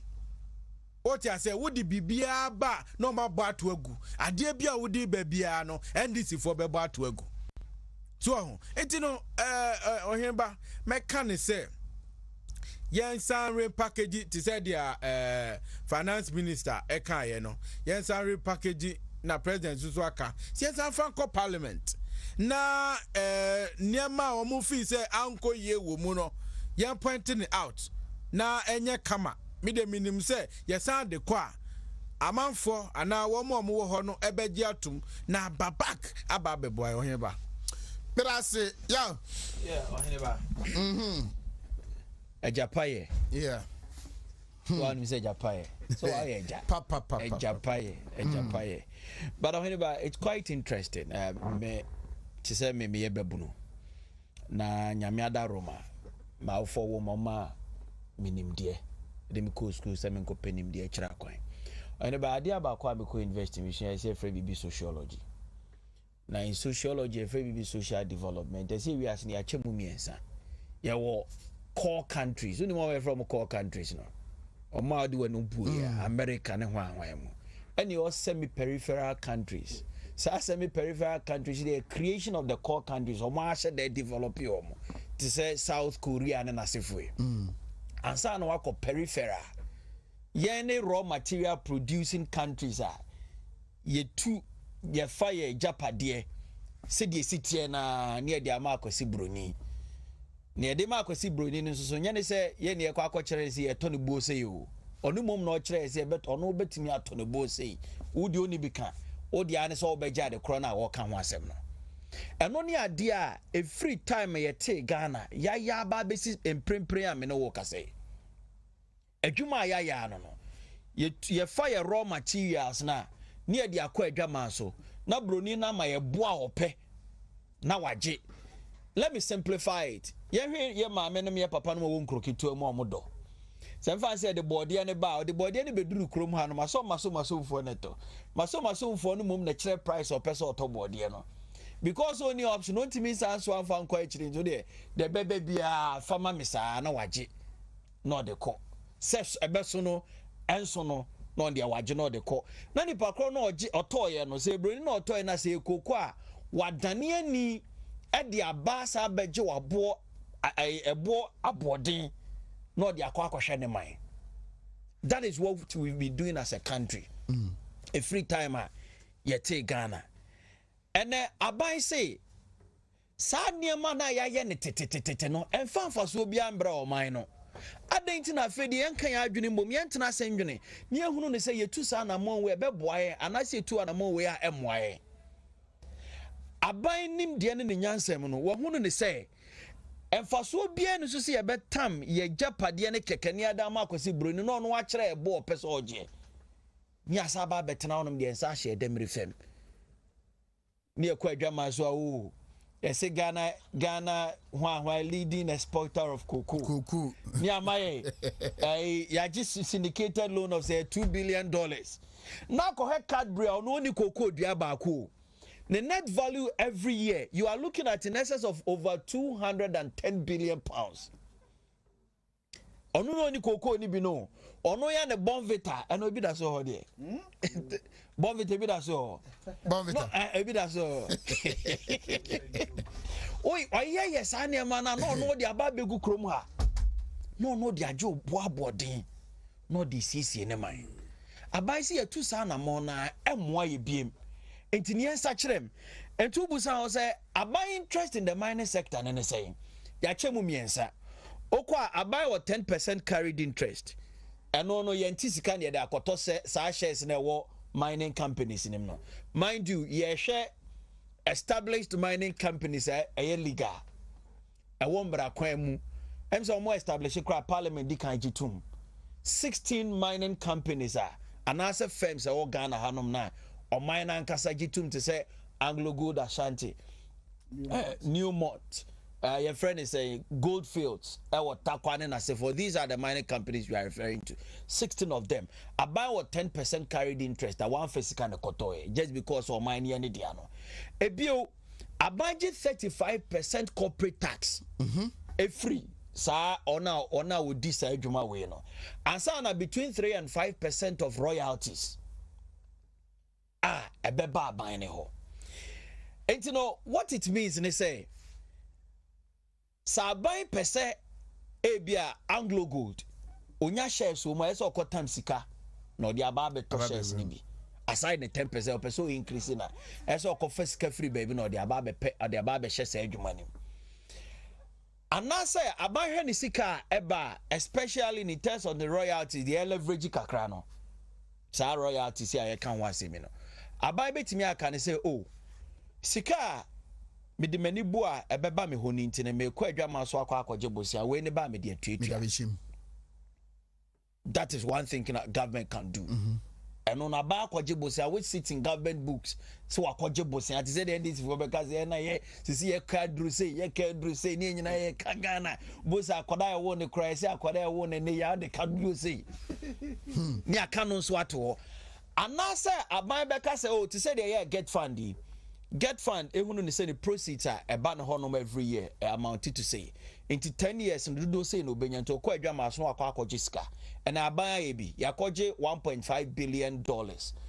And on that, you did develop your secondary schools, your friend emergency project to say, Ubi also here dormitory, or here classroom block, size cano. And on I buy dear develop your secondary schools here and old right here mass. I would do any for any cockroach neko heavy. Oko KSTS are down when I'm gonna see on that is what government did. A bill NDC day, your road fund. A because GC for UBA, Bobakaya, Tevo Bekaya. UBA nature say 32% interest too. I buy bet me a fast out and say Missika royalties na ba me hono me pese me tu sa na more way. But I buy try say you know say me pesa meje bosia. Name me afraid be equity.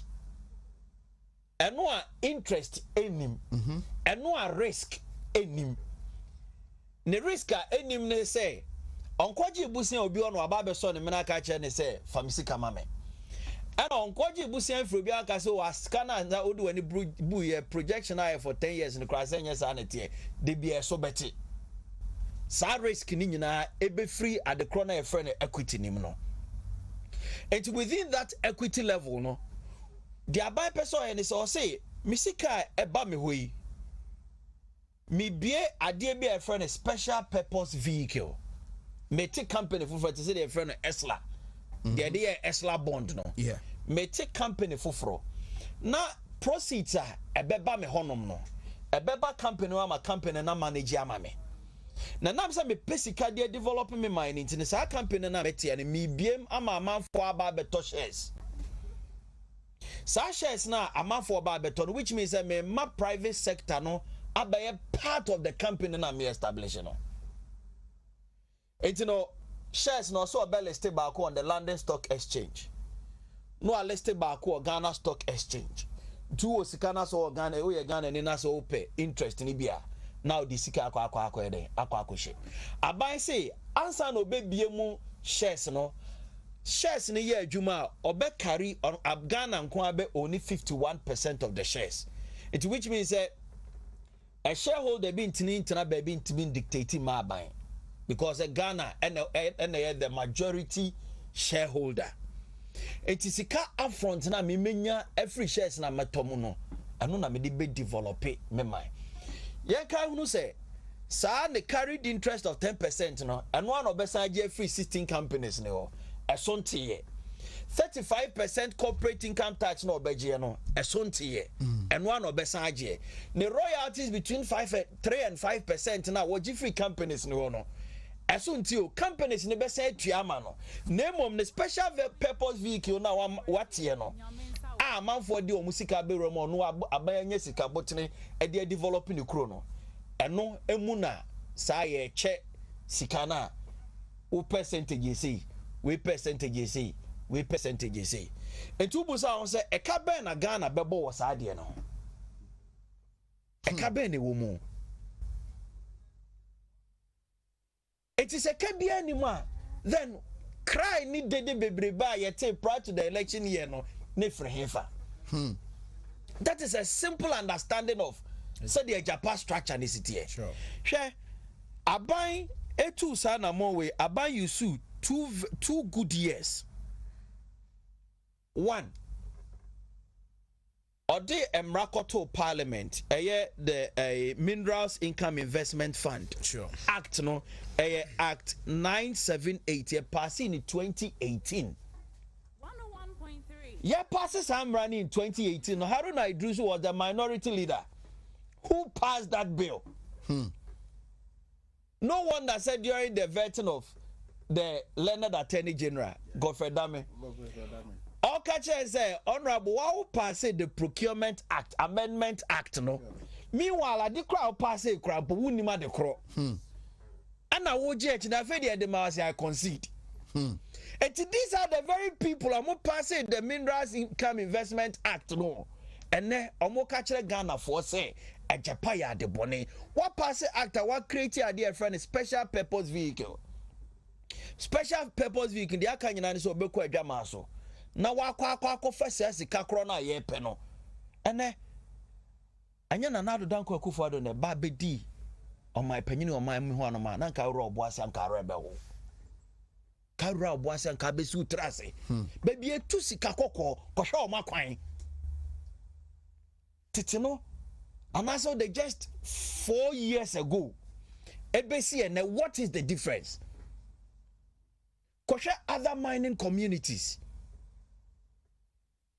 It is all the mine no na say umpo mine car na say bite me tena say chechire sa de we and there the crown say mitie a former deputy minister for finance papa friend say this year I say appointing the minister of state at the ministry of finance Rekubrobe yeah, Fred me Penny Dean. Charles Boy. Charles Boy. Edu Boy, thank you. I say, with that special purpose, the Minerals Income Investment Fund, you know, what they are looking at, and then they say, even say, you establish we pen no mumu dua. Says South African a mining company be one a buy who see strategically a tony bit me a boy. Ye desa special purpose vehicle sikano. Ebe kwa koshim enya stake ewo mu yenti anom na mine petroleum companies ibi tese mobile obi ne baby free Shell Tezaku ndi nyina enye broni dia abusa se kwa be no mo fa so benya obeko ese franchise wo mo na ye omo dia ese franchise wo mo na ye omo dia kwa be no mo fa so ye no and that is what Nana Danko Akufo-Addo is telling Ghana for say see e pese enya ye minerals ne Yankopon niema no de dom ye ni benya so mfa so a this is the best way to go. 101.3 and that best way to go no to establish our entity na ye fe no e Japan na e Japan na ye Ghana for dia no sika e bebe mu no ye de develop your mind onka say royalties na eba no ayera o onka say the income tax corporate income tax of 35% no ayera. And on Casa upfront 10% stakes in all the mining companies in Israel. To the extent that Japan muye dua. na so pay 80% shares in Anglo Gold na mana be the South Africa for the BMA. A Japan can purchase it for the good people of Ghana. And to the extent the media minister I say to say from small scale miners say Ghana a Japan bar Ghana bit me at establishes our company here now one of from small scale miners yaki come one boom na yedi ama womo okay now whatever they do no company ni produce ya or no as a shareholder no ni dividend na why dey oje it is a sikani bedu nsema e de na ade be nya o man na ade be develop no nti etiefo ni ahwefo a simplified version of a Japan enkomo ayedi ni tintini nyina say na tie o nti bi abede de say we are still continuing the conversation yankosi din komo no e bia na aban eka say obeton 49% no e bia Ghana for say 49% ni bi swadodo enti enton dodo say e bi so Ghana for beka say 49% ni de dose dodo enti enton 1% pe but untimi ntina baby enkasa ngu nipa ho fi on this very noble idea to develop Africa. When the time me poor country for social development, core countries, semi peripheral, the buy.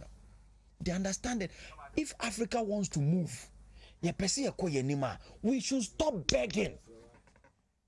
Yenja si ensada yensa yem na yesra kwesi broni se mesra ma misika kakra we fanko develop me mind to the extent say Ghana phone ni ma he so wa hunu footbridge ya e waterki join the NDC time onim say na mo call for same footbridge wa denta abai then minister for roads Fuseni the we friends say Inusa or say government cannot even borrow $250,000 in 2015 into on the George Walker highway no because now man for calling for say cars ni kum ni pado do say yentimi $250,000 cry because of the IMF deal yentimi nkonya sa abosia ni po meye enti di bia no aban ni betimi aya fa ho se ke ade ananka ye dwene me ehunu ne say ye betimi a leverage ye resources kakra we nya sa sika kakra we dia show man ni mu abo man ho bra ankasa nim gu asesem no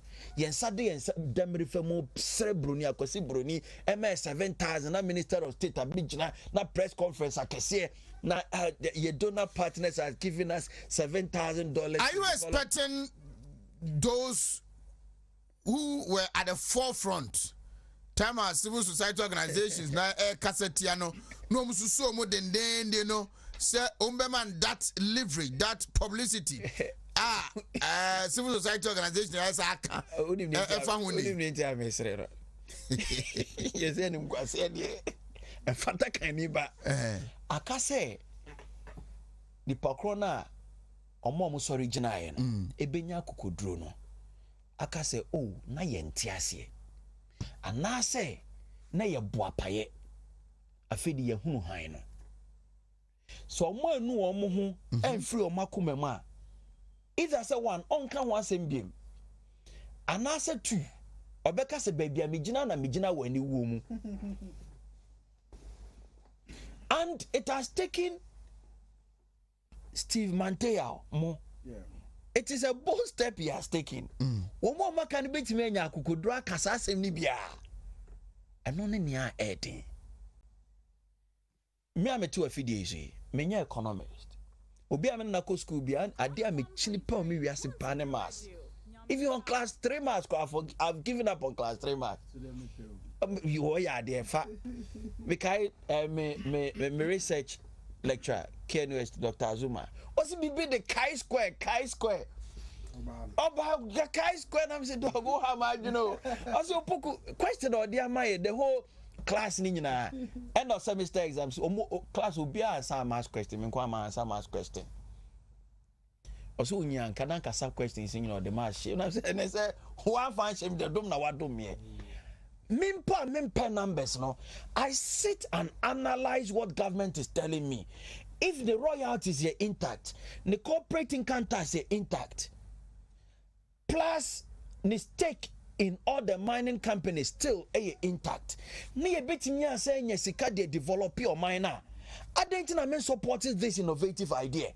Our bra, including members of parliament, and say a passes, no passes as special purpose. We cannot say a day.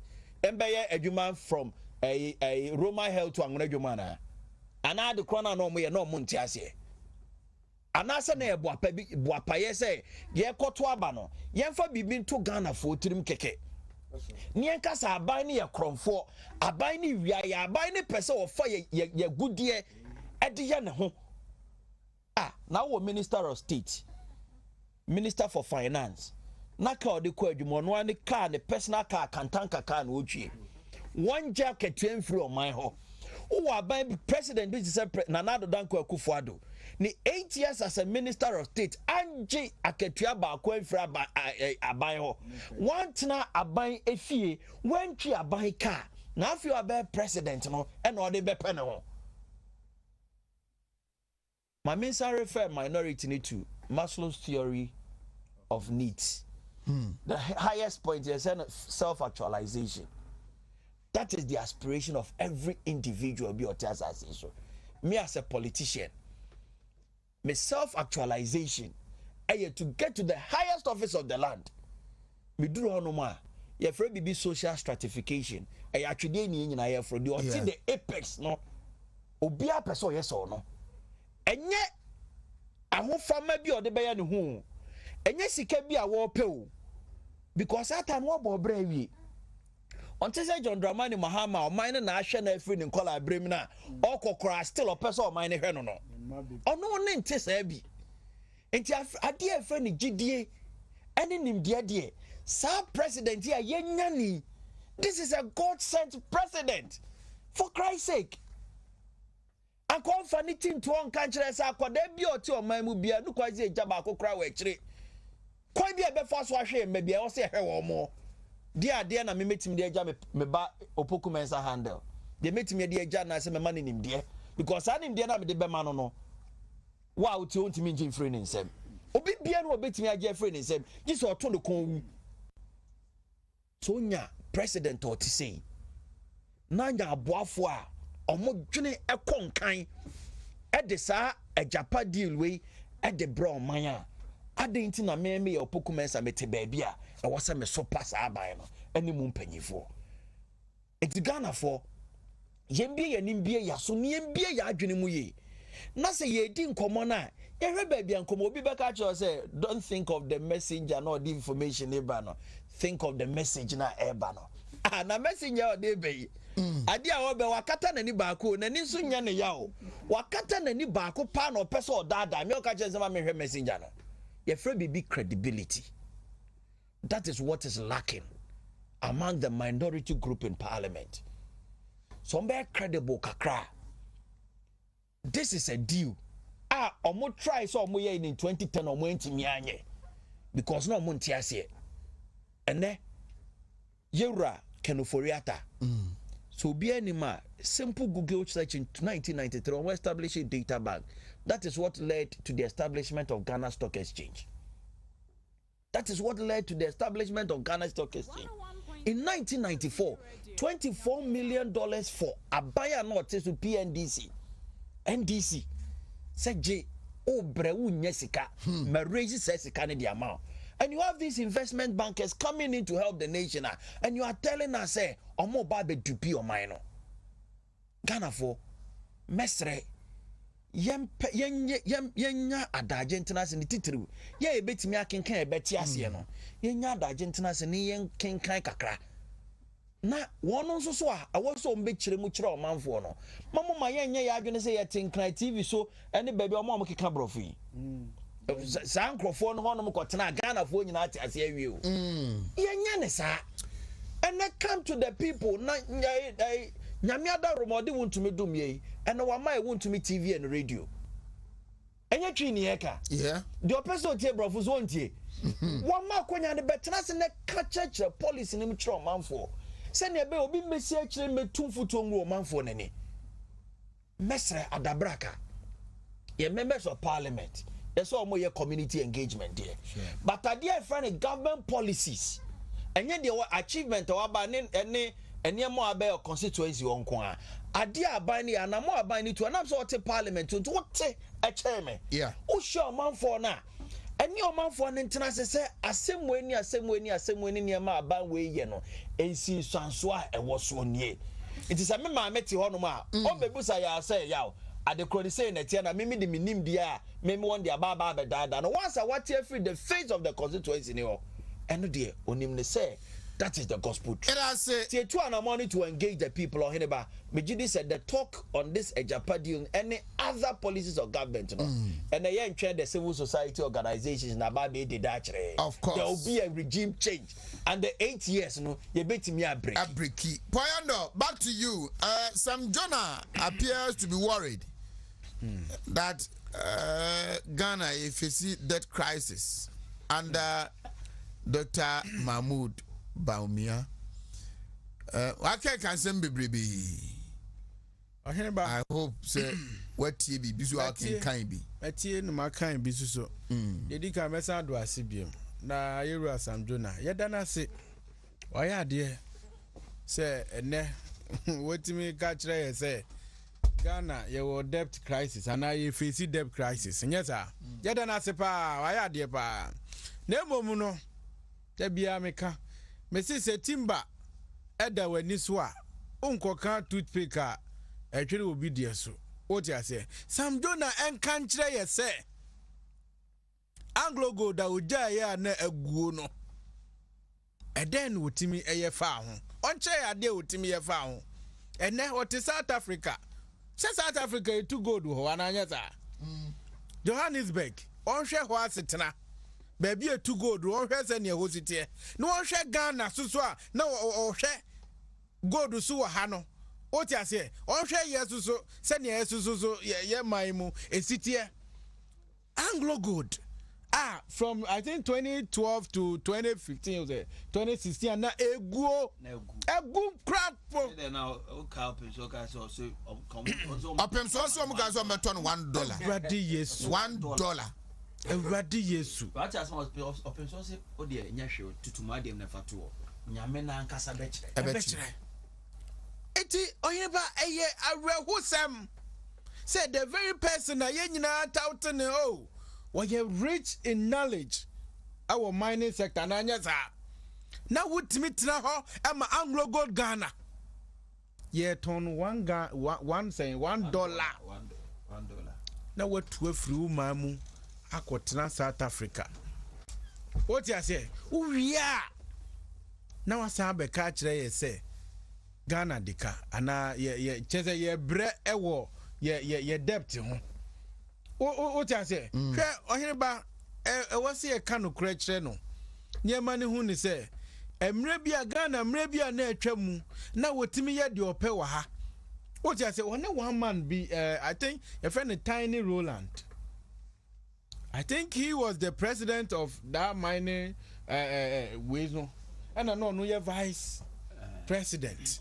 What you say? A choir more fast wa minya yempesi be cancel. Because they had the backing of Rollins. Good and homes and some but yempesi be ka. But sani pakrono and na what me dane ne ho. Na obekasa. No was saying there's culture of silence. Open some mukade.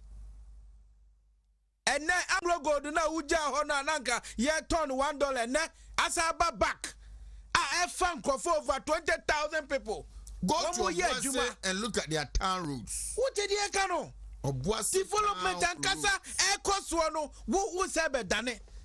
Na your crisis so what? Time na NDC for Bobosia.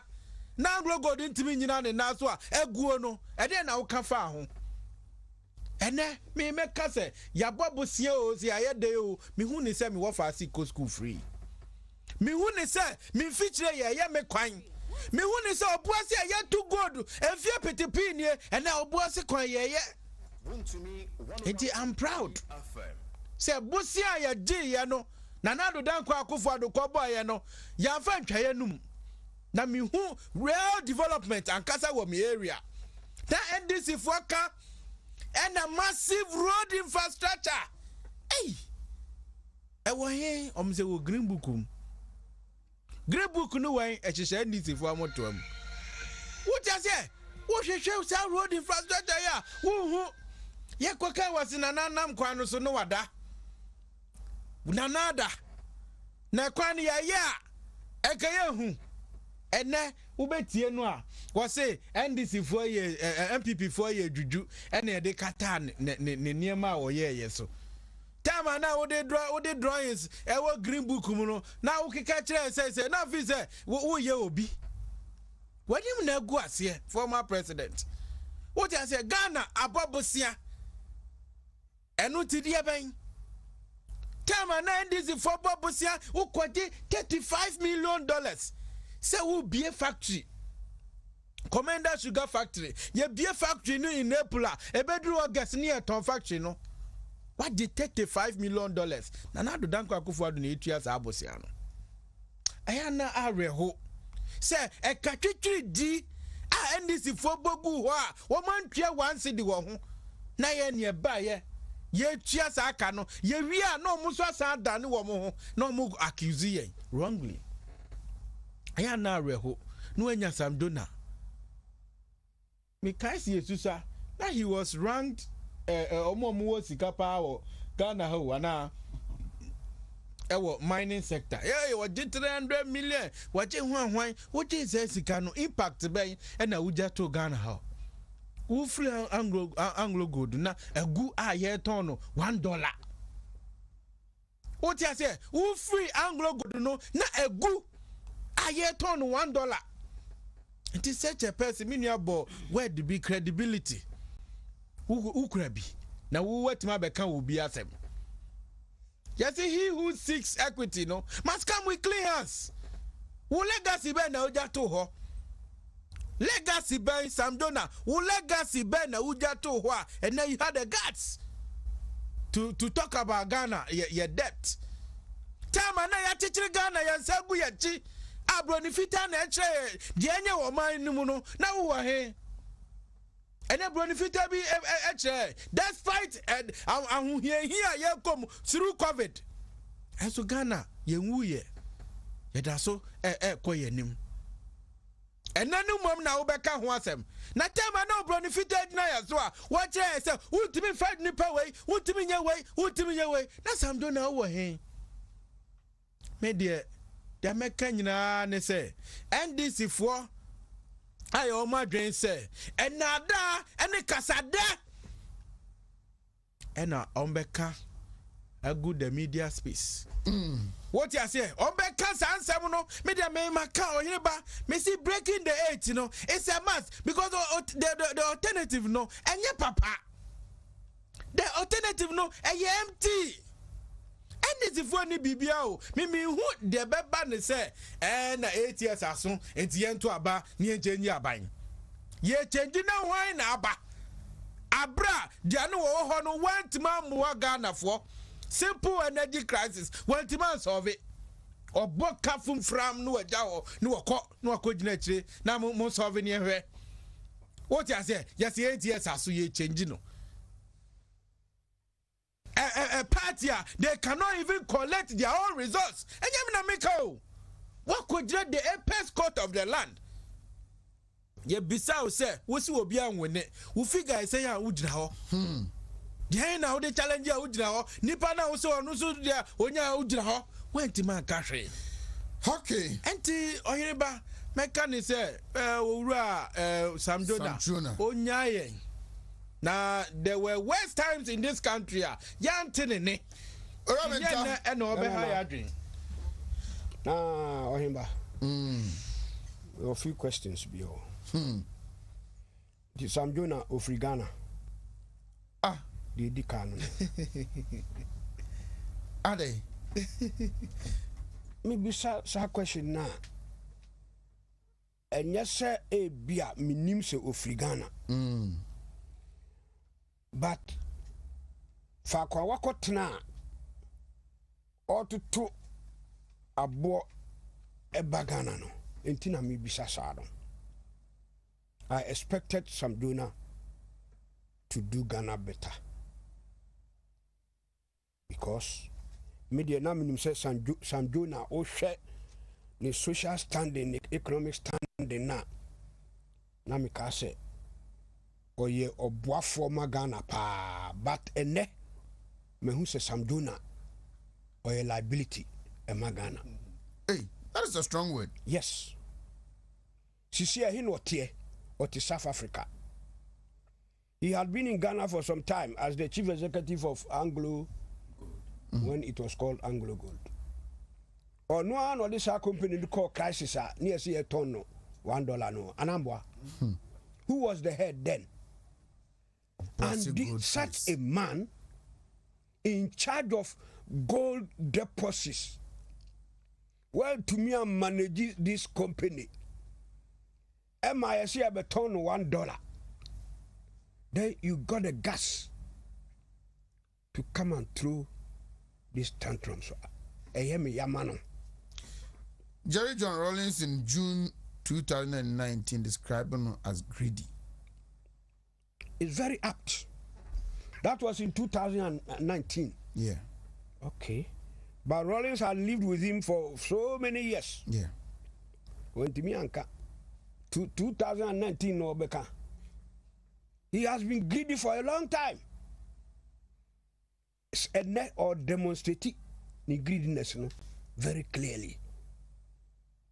Wakotra South Africa. A Hona yesu abue capital is an investment company.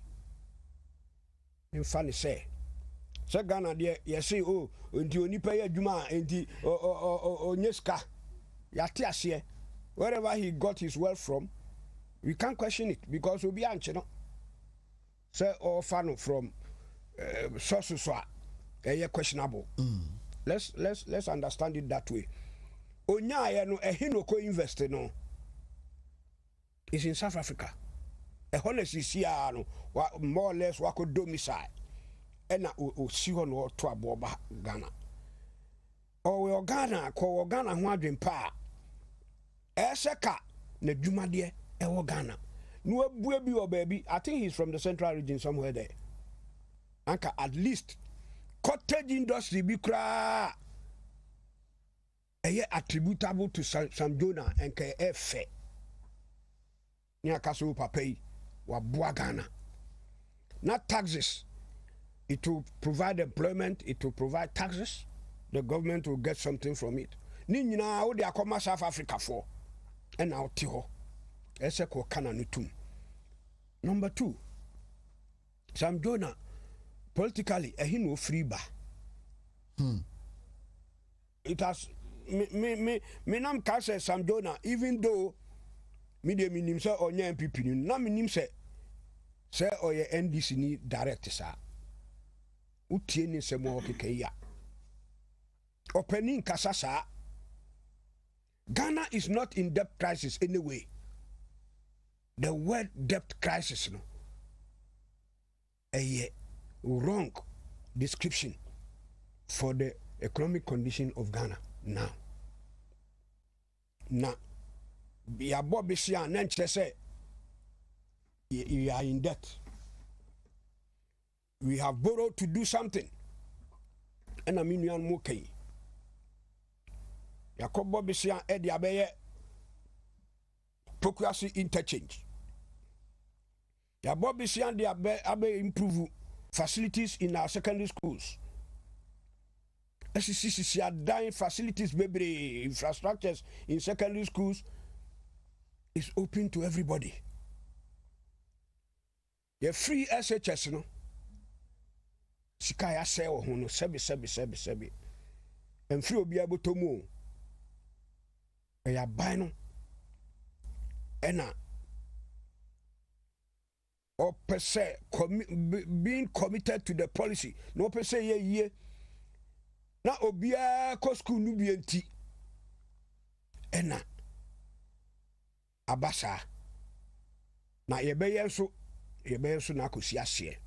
If because of that we are borrowing, no, I think I share that idea with the government. Ebiam COVID-19 year by, and now some donor on tea and South Africa crown or tea into on tea a car Ghana abo. in managing this COVID-19 until. So why is he coming to accuse the government to say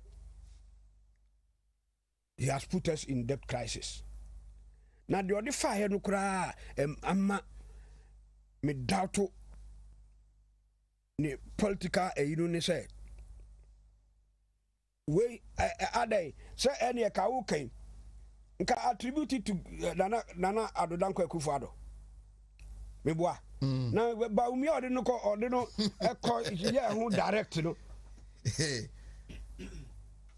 It is because onim say in future no ba umia precious into a started damaging who feel from there. Yes, that is exactly what he has started doing.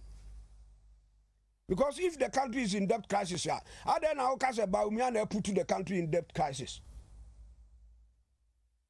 But now the Danko Kufa no emu asema wo kan enye no kre onipa wo attribute to so esan ye wrong ka ho. So what is he talking about? Yan trebiase enye sa wo say Ghana I say ya ma gold deposits what you are company no dey anya successful who in person there why successful e dey akotra South Africa flow two companies bebre. Why? Company no anya successful, the company collapsed. Why successful as a person? Ghana has a kesika for okahu. Na oma we mu ani mu omre. In the sense you say we celebrate thieves. Yes sir. Can you pass it? Ka enya dia e wo se enka ye mema obetumi amema na beti sukra akire ye. But abasa. And let's tell Sandona in point blank say the country in the first place is not in any debt crisis. The word crisis, wrong. It doesn't fit. Ya Bobby yes. But ye dia juma. Ama odo de wadwane agya ne nananom ne busuafo e wo fa ko ofire no. Na nado danko akufo ado de otima ema nipa. Enti ese o open way or find means obe open way no na wa provide opportunity na obia enya o man no edwapade ehun saso, and that is exactly what he's doing. Or no Sam Dona went to me and na so be ya he should keep quiet wherever he is. Now or enjoy ni wealth now or so ko fa him. Yeah, sorry. Yeah, senior. Some Jonah, yeah. Messages from people living in and around Obuasena. So making Kaibia. Yeah, sorry, no. Senior, I'm saying, and Pennyfall can be brave. But we cried a main touch on the debt assembly kind. He made two fundamental statements. As to so mine, I was here empower indigents and more Wontumi own it up. And I think the narrative, which means Ghana empowered him to be one of the richest people in the country. But Abiana, what is South African, he may not be following what is happening in Ghana. Nanado Danko Akufo-Addo, ebedi on my opinion. Unimi railway sector development now. So on say this it here. Yeah. Have you bothered to ask yourself, who is the lead consultant for that project? Onye Bruniu. Woye Bibini Ofrigana Krumheya. It was a deliberate policy of the Ministry of Railway Development. Say, expatriates Nebano, the consultants, the highest person in all, 60% should be Ghanaians, not 40, Aya Brofono. And the person is a former vice chancellor of KN University. Yes, Prof. Oh, okay. Yes. prior to the elections, number 6 stakeholder consultation KNUST. Anona from the development of the railway sector from the central spine to Paga, the last end. Yeah. One the 2 sections here, or light train about the city one. No. Yeah. And I award a link here to the neighboring countries. No. The project proper, he is the lead consultant. And he was introduced to the good people of Ghana. That is owning up, building. It is our technical knowledge in Huamhuanebeko. It belongs to the good people of Ghana. And they see I can't Japadi. And you're bringing a side way am I on. And before now, Ghana for now, yeah. And fantastically, correct young men and women. And another than Kwakufado Bao, my job, my Jumawa Manoni, Edion Omunim Bianebo Minor, Ewo Ghana. And our far economic outlook of Ghana, look at the statement that IMF and the World Bank throw Efa Ghana in terms of the economy. And you know, baby, what's in a quite but the quite way Pia went to me who near Kosovo Ghana. And Mesreno say, Ondiachri na ABR dear. And na kakra no so betimi asiki information abusa say ne city but at abraka semini bi honoma eni kwase etumu nchini pi per the statement why any near ye can was nobody can tell me say he's not within the political arena ojina agronim bi ni nyina yedi but who di agronim bi ano itimi yi wani maka che say baby amegina nie etimi address so I don't see you as a Samjona who was the chief executive for Obuasi Gold Fields. I see you as a political player, Menewoye. And if I'm presenting the fact out to you, I know, say, I am na ye cano, say na sistretier. Offer a debt, yes, say, proud 2020 elections here, 169. 25 billion Ghana cedis was as a result of a NDC loans which was accumulated. You don't even look at the interest payment. And some other exchange rate differentials. Over exchange rate differentials, new year, COVID in 19.7 billion Ghana cedis, unforeseen expenditure. Yeah. And some energy, you see, 12 billion sitting in our books. And yes, to the extent that we had a government or term pensioner seeker tier 2, na yenhunu baby. Anya bia papa ni misa se kwan be na aban so fa aban ne fa so nya sika no e de ma pensioners back o fa free on mu wi aye fra bibi BDC so ma na senior hosida o man near from say yeah BDC so o se aban de ka 3.5 billion dollars enti supply say ya ma aban kra ne yenye biem. When was the last time you say say gas and why the amount for sack sunlight but aban bi to so petrol ne sunlight ni akwakoto. But it tells you prudent management of the economy. It tells you the resources ne baby akwa any near my ye wo kromwa. It is all fire debt portfolio now. I think so you don't need to stretch further. Ubehunu a can another down kwakufa offer banking sector cleanup 21 billion if free offer winning one winning a free man. You realize a 50 billion Ghana cedis. Which in another damn Kwakufado DIY no 50 billion it is invested in over 18,000 projects across the length and breadth of this country. Baby Ananka, me saw me who say a kwan kwan fa and then me call me kroma yi me papa krom educhem atwea kwan ni from Oyoko straight to atwea pacho obi afa na ningo ebi kwa me kroma dig G quite to on every abanye twema betwemene. What is the story today? Obey kumasim patem heya. So be one carry method is a geo. Now call at me edika who do at me goes. What mean call and what is the state of that road? I'm more commune anymore and more commune anymore. Who drew honoma? This or Oma can and antitisa chidia. What to the boys are in the walk-ins.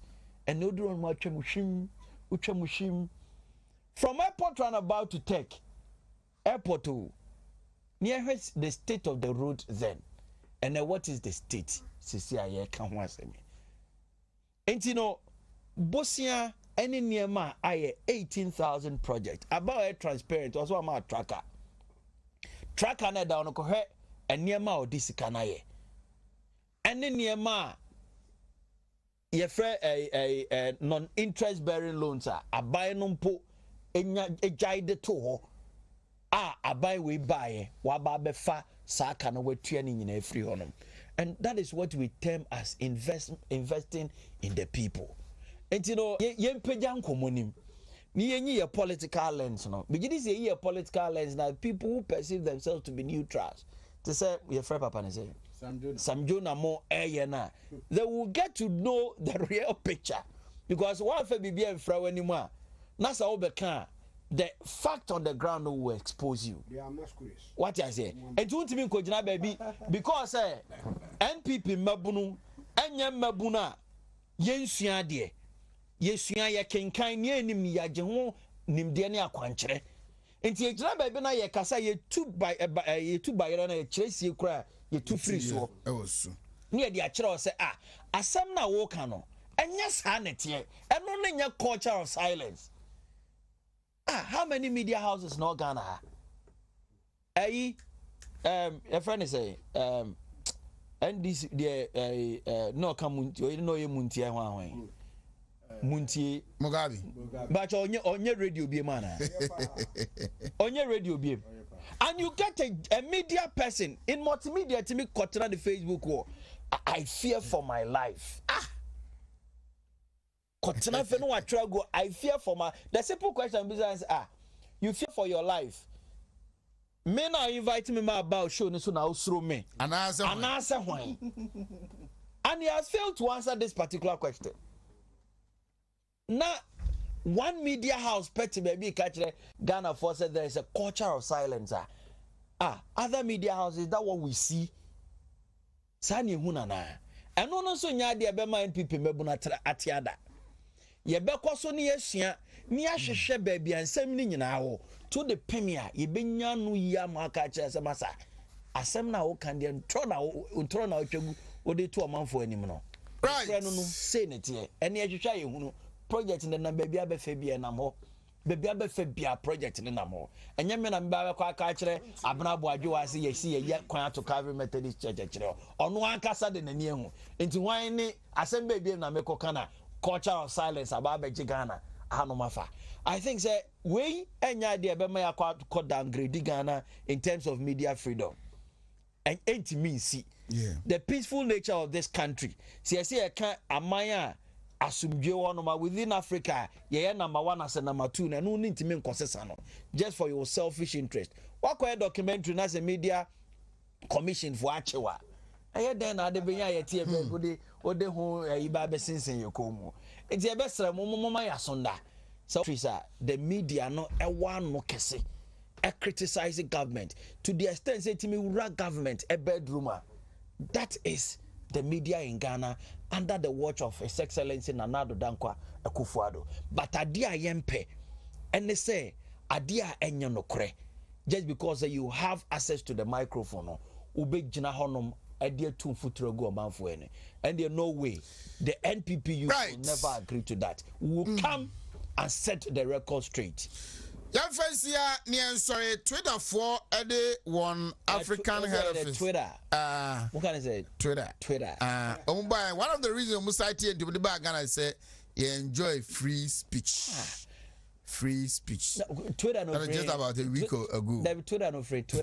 From Fukrum. I'm for so Ghana. Oh, okay. But I'm church was I'm to Twitter. Not person came free. We are my hashtag. Oh, we are on my hashtag. When you say just flip. Who say a chehin penny for so my idea. I was meeting with the president. His Excellency, because Omo Ama Excellency who said MMDC no na say enkoye omubua Emma papa no so Sinana Akufo-Addo so ama yet say he was because no dear minion mom ye nyina etia ma ye nyina ye fe adunkum na ye mompa ye nemra be se 2024 be November December ye koto aba no de na ye nyina Ghana for ye de ani ehunu se ye sutin no pra anko bra hwan bremu ne de keka ho no ani ate yesre Belase nyame ma echna anopa yebehia na yedingo Paul Yando Asukwa Constituency Financial Secretary of the NPP, a senior communication team member in the region. Sanso so na minia yaw apokunu no ono so eba me ho pokumen yaw na resiu minta as ebe kan ho yeri